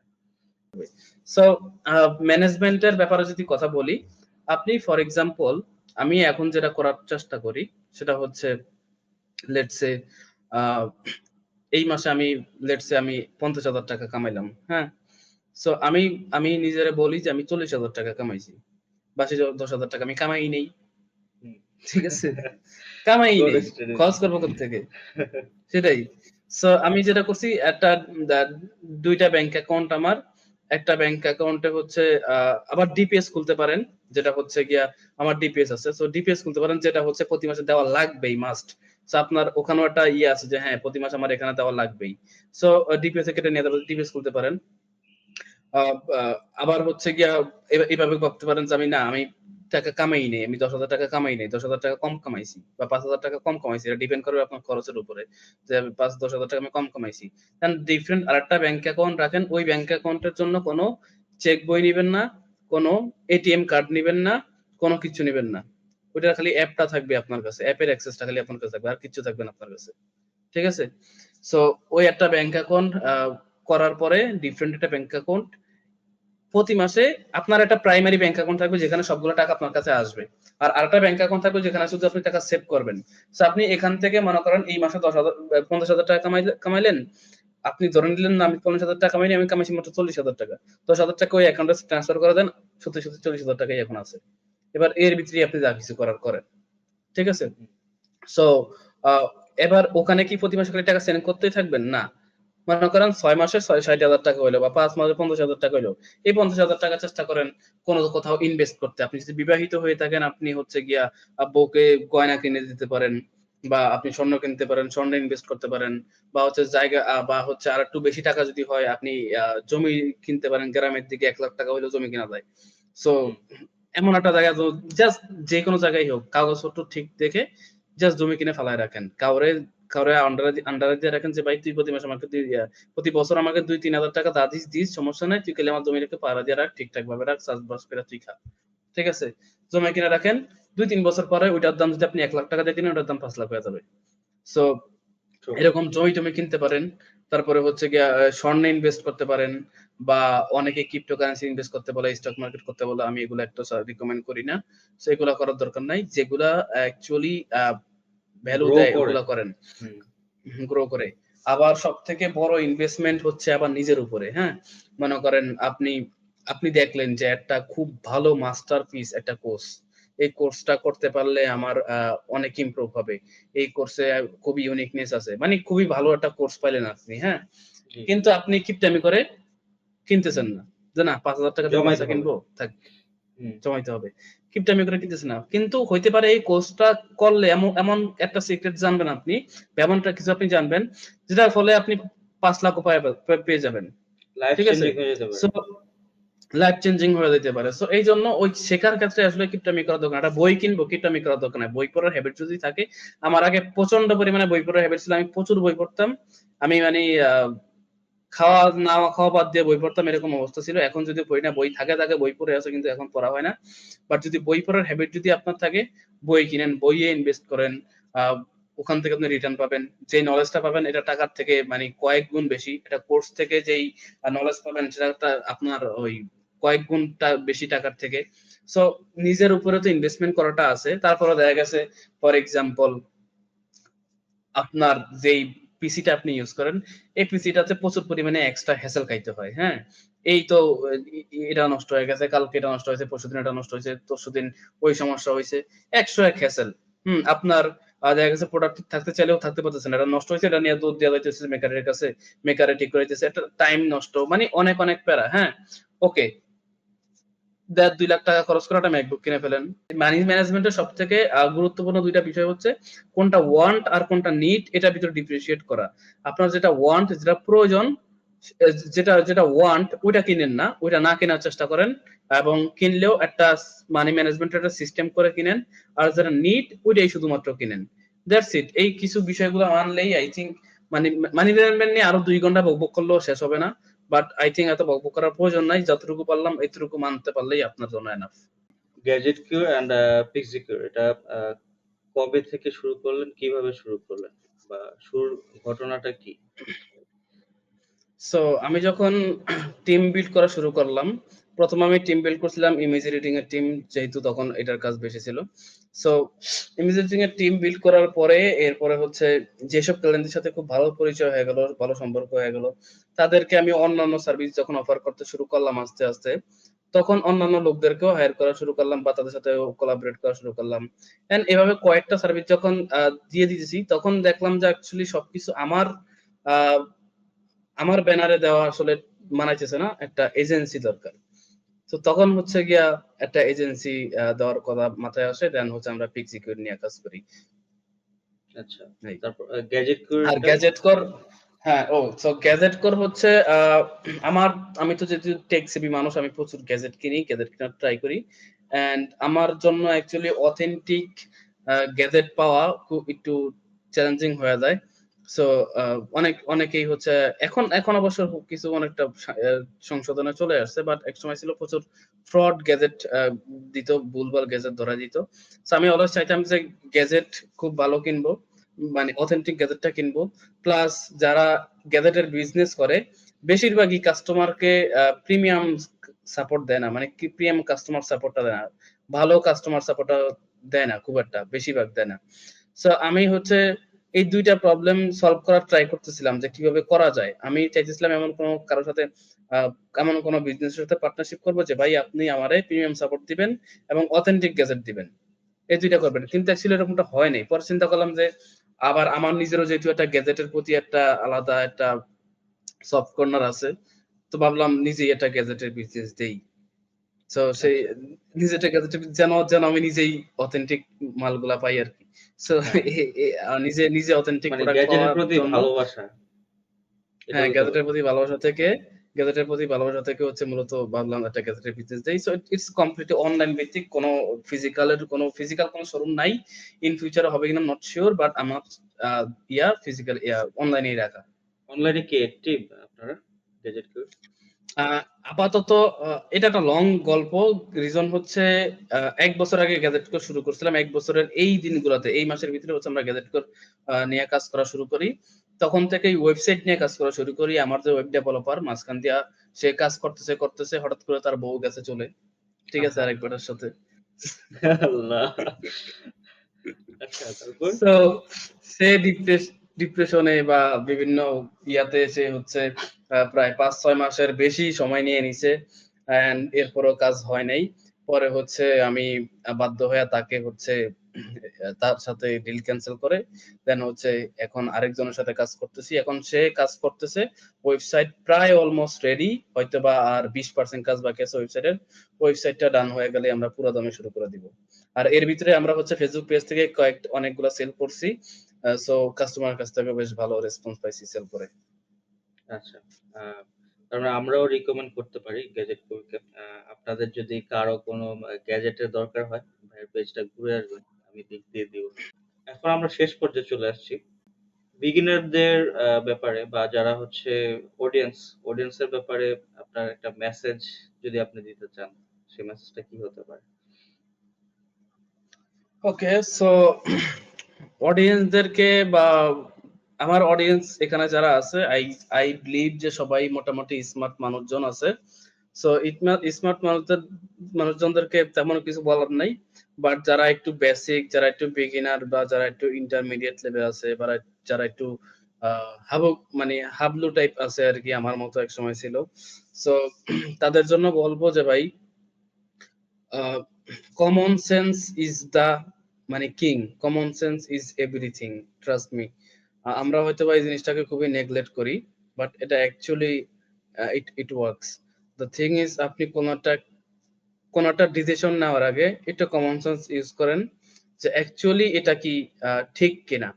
হ্যাঁ, কারো কোর্স কিনবেন আপনি হয়তোবা ওই যে ২ দিনে ইনকাম করো, হ্যাঁ, ইনকাম গ্যারান্টি এসব জিনিসপত্র দেখে হয়তোবা কোর্সটা কিনতে চাইতেছেন। একটু জাস্ট কমন সেন্স ইউজ করেন এই জায়গায় যে আদৌ কি এটা পসিবল কিনা। It's not possible. Common sense আপনাকে বলে দিবে এটা পসিবল না। এন্ড আমরা খুবই শর্টকাটে সবকিছু পাইতে চাই। হুম। হ্যাঁ, আমরা হচ্ছে গিয়ে একটু লং টাইমের জন্য একটু এফোর্ট দিতে চাই না। সো আমি বলবো একটু লং টাইমের জন্য এফোর্ট দেন এবং একটু প্রফেশনাল হন। মনে করেন লেটস সে কোনো একটা ভাইকে আপনি মেসেজ করলেন, আসসালামু আলাইকুম ভাই, কেমন আছেন? তো ও কেমন আছে এটা জেনে কি আপনার কোনো কাজ আছে বলেন? আপনি যেই জন্য মেসেজটা করছেন ওইটাই না বলবেন। ডিরেক্টলি। সো এই টাইপের মেসেজ পাইলে তারা অ্যাকচুয়ালি বিরক্ত হয় যে কেমন আছেন, আসসালামু আলাইকুম ভাই, ভালো আছেন কিনা। বিশ্বাস করেন তারা বিরক্ত হয় সবাই। সো এই টাইপ মেসেজ করেন না। কাউকে মেসেজ করতে হইলে আসসালামু আলাইকুম ভাই, আশা করি ভালো আছেন। আমি এই প্রয়োজনে আপনার কাছে আসছি। অমুক জায়গা থেকে আপনার লিংকটা পাইছি বা এতদিন ধরে আপনার ফ্রেন্ড লিস্টে আছি। আ এই হেল্পটা আমার দরকার। যদি সময় হয় একটু হেল্প করেন। সিম্পল। ও রিপ্লাই দিলে দিবে, না দিলে নাই। আপনি জাস্ট এরকম একটা মেসেজ করেন। ও আপনার গোল এবং হচ্ছে কি চান সবকিছু ওরে বুঝায় বলেন। আশা করি দেখবেন 99% রিপ্লাই পাবেন এইভাবে মেসেজ করলে। আরেকটা বিষয় আমি এড করতে চাচ্ছি সেটা হচ্ছে যে এই কনটেন্ট গুলা কেন বানানো, এই পডকাস্ট গুলা কেন বানানো, আমাদের একটা উদ্দেশ্য আছে স্কিলা পডকাস্টের। আমরা সবসময় প্রসেসিং বা ফেইলর অথবা হচ্ছে যেটাই বলতে পারেন ট্রু জিনিসটা হচ্ছে বের করার চেষ্টা করবো। এটাই হচ্ছে আমাদের উদ্দেশ্য। যে অনেকেই সফলতার গল্প বলে বা অনেক কিছু কামায় ফেলে বা করে ফেলে। তো আমাদের কোনো কিছু কামানোর বা করার হচ্ছে ইনটেনশন নাই। আমাদের ইচ্ছা হচ্ছে আমরা যেই চ্যালেঞ্জটা ফেস করেছি সেটা যাতে আর কেউ ফেস না করে বা তার পথটা যেন সহজ হয়ে যায়। আমাদের পথটা যেরকম ছিল তার পথটা যেন সেরকম না থাকে। নেক্সট জেনারেশন যাতে আমাদের পথ দেখে, দেখে তার পথটা স্মুথলি আগায় নিতে পারে আরকি। তো এটাই হচ্ছে আমাদের উদ্দেশ্য। আমাদের পুরো পডকাস্টে ৩ ঘন্টার পডকাস্ট রেকর্ড করা হয়েছে। হয়তো এখানে কাট সেট করে কমানো হবে। তো পডকাস্টে আমরা একবারও বলি নাই যে হচ্ছে সাবস্ক্রাইব করেন অথবা শেয়ার করেন বা কিছু একটা। আপনাদের যদি মনে হয় যে হচ্ছে হ্যাঁ, আমাদের কনটেন্ট গুলো ভালো লাগছে তাহলে হচ্ছে আপনি একটা লাইক দিয়ে দিন। তাহলে আমরা ইন্সপায়ার্ড হব যে হচ্ছে আরো কনটেন্ট ক্রিয়েট করার। এটা ভাইয়ার চ্যানেল হোক বা আমার চ্যানেল হোক, দুজনের চ্যানেলে হোক।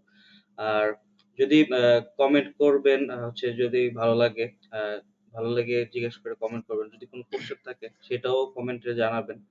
আর যদি কোনো ফ্রেন্ডকে হচ্ছে রিকমেন্ড করতে পারেন বা তাকে দিলে উপকার হবে এই পডকাস্টটা, তাহলে হচ্ছে তাকে শেয়ার করে দিবেন। আ এটা আমাদের ২ জনের চ্যানেলেই আমি লিংক দিয়ে দিব।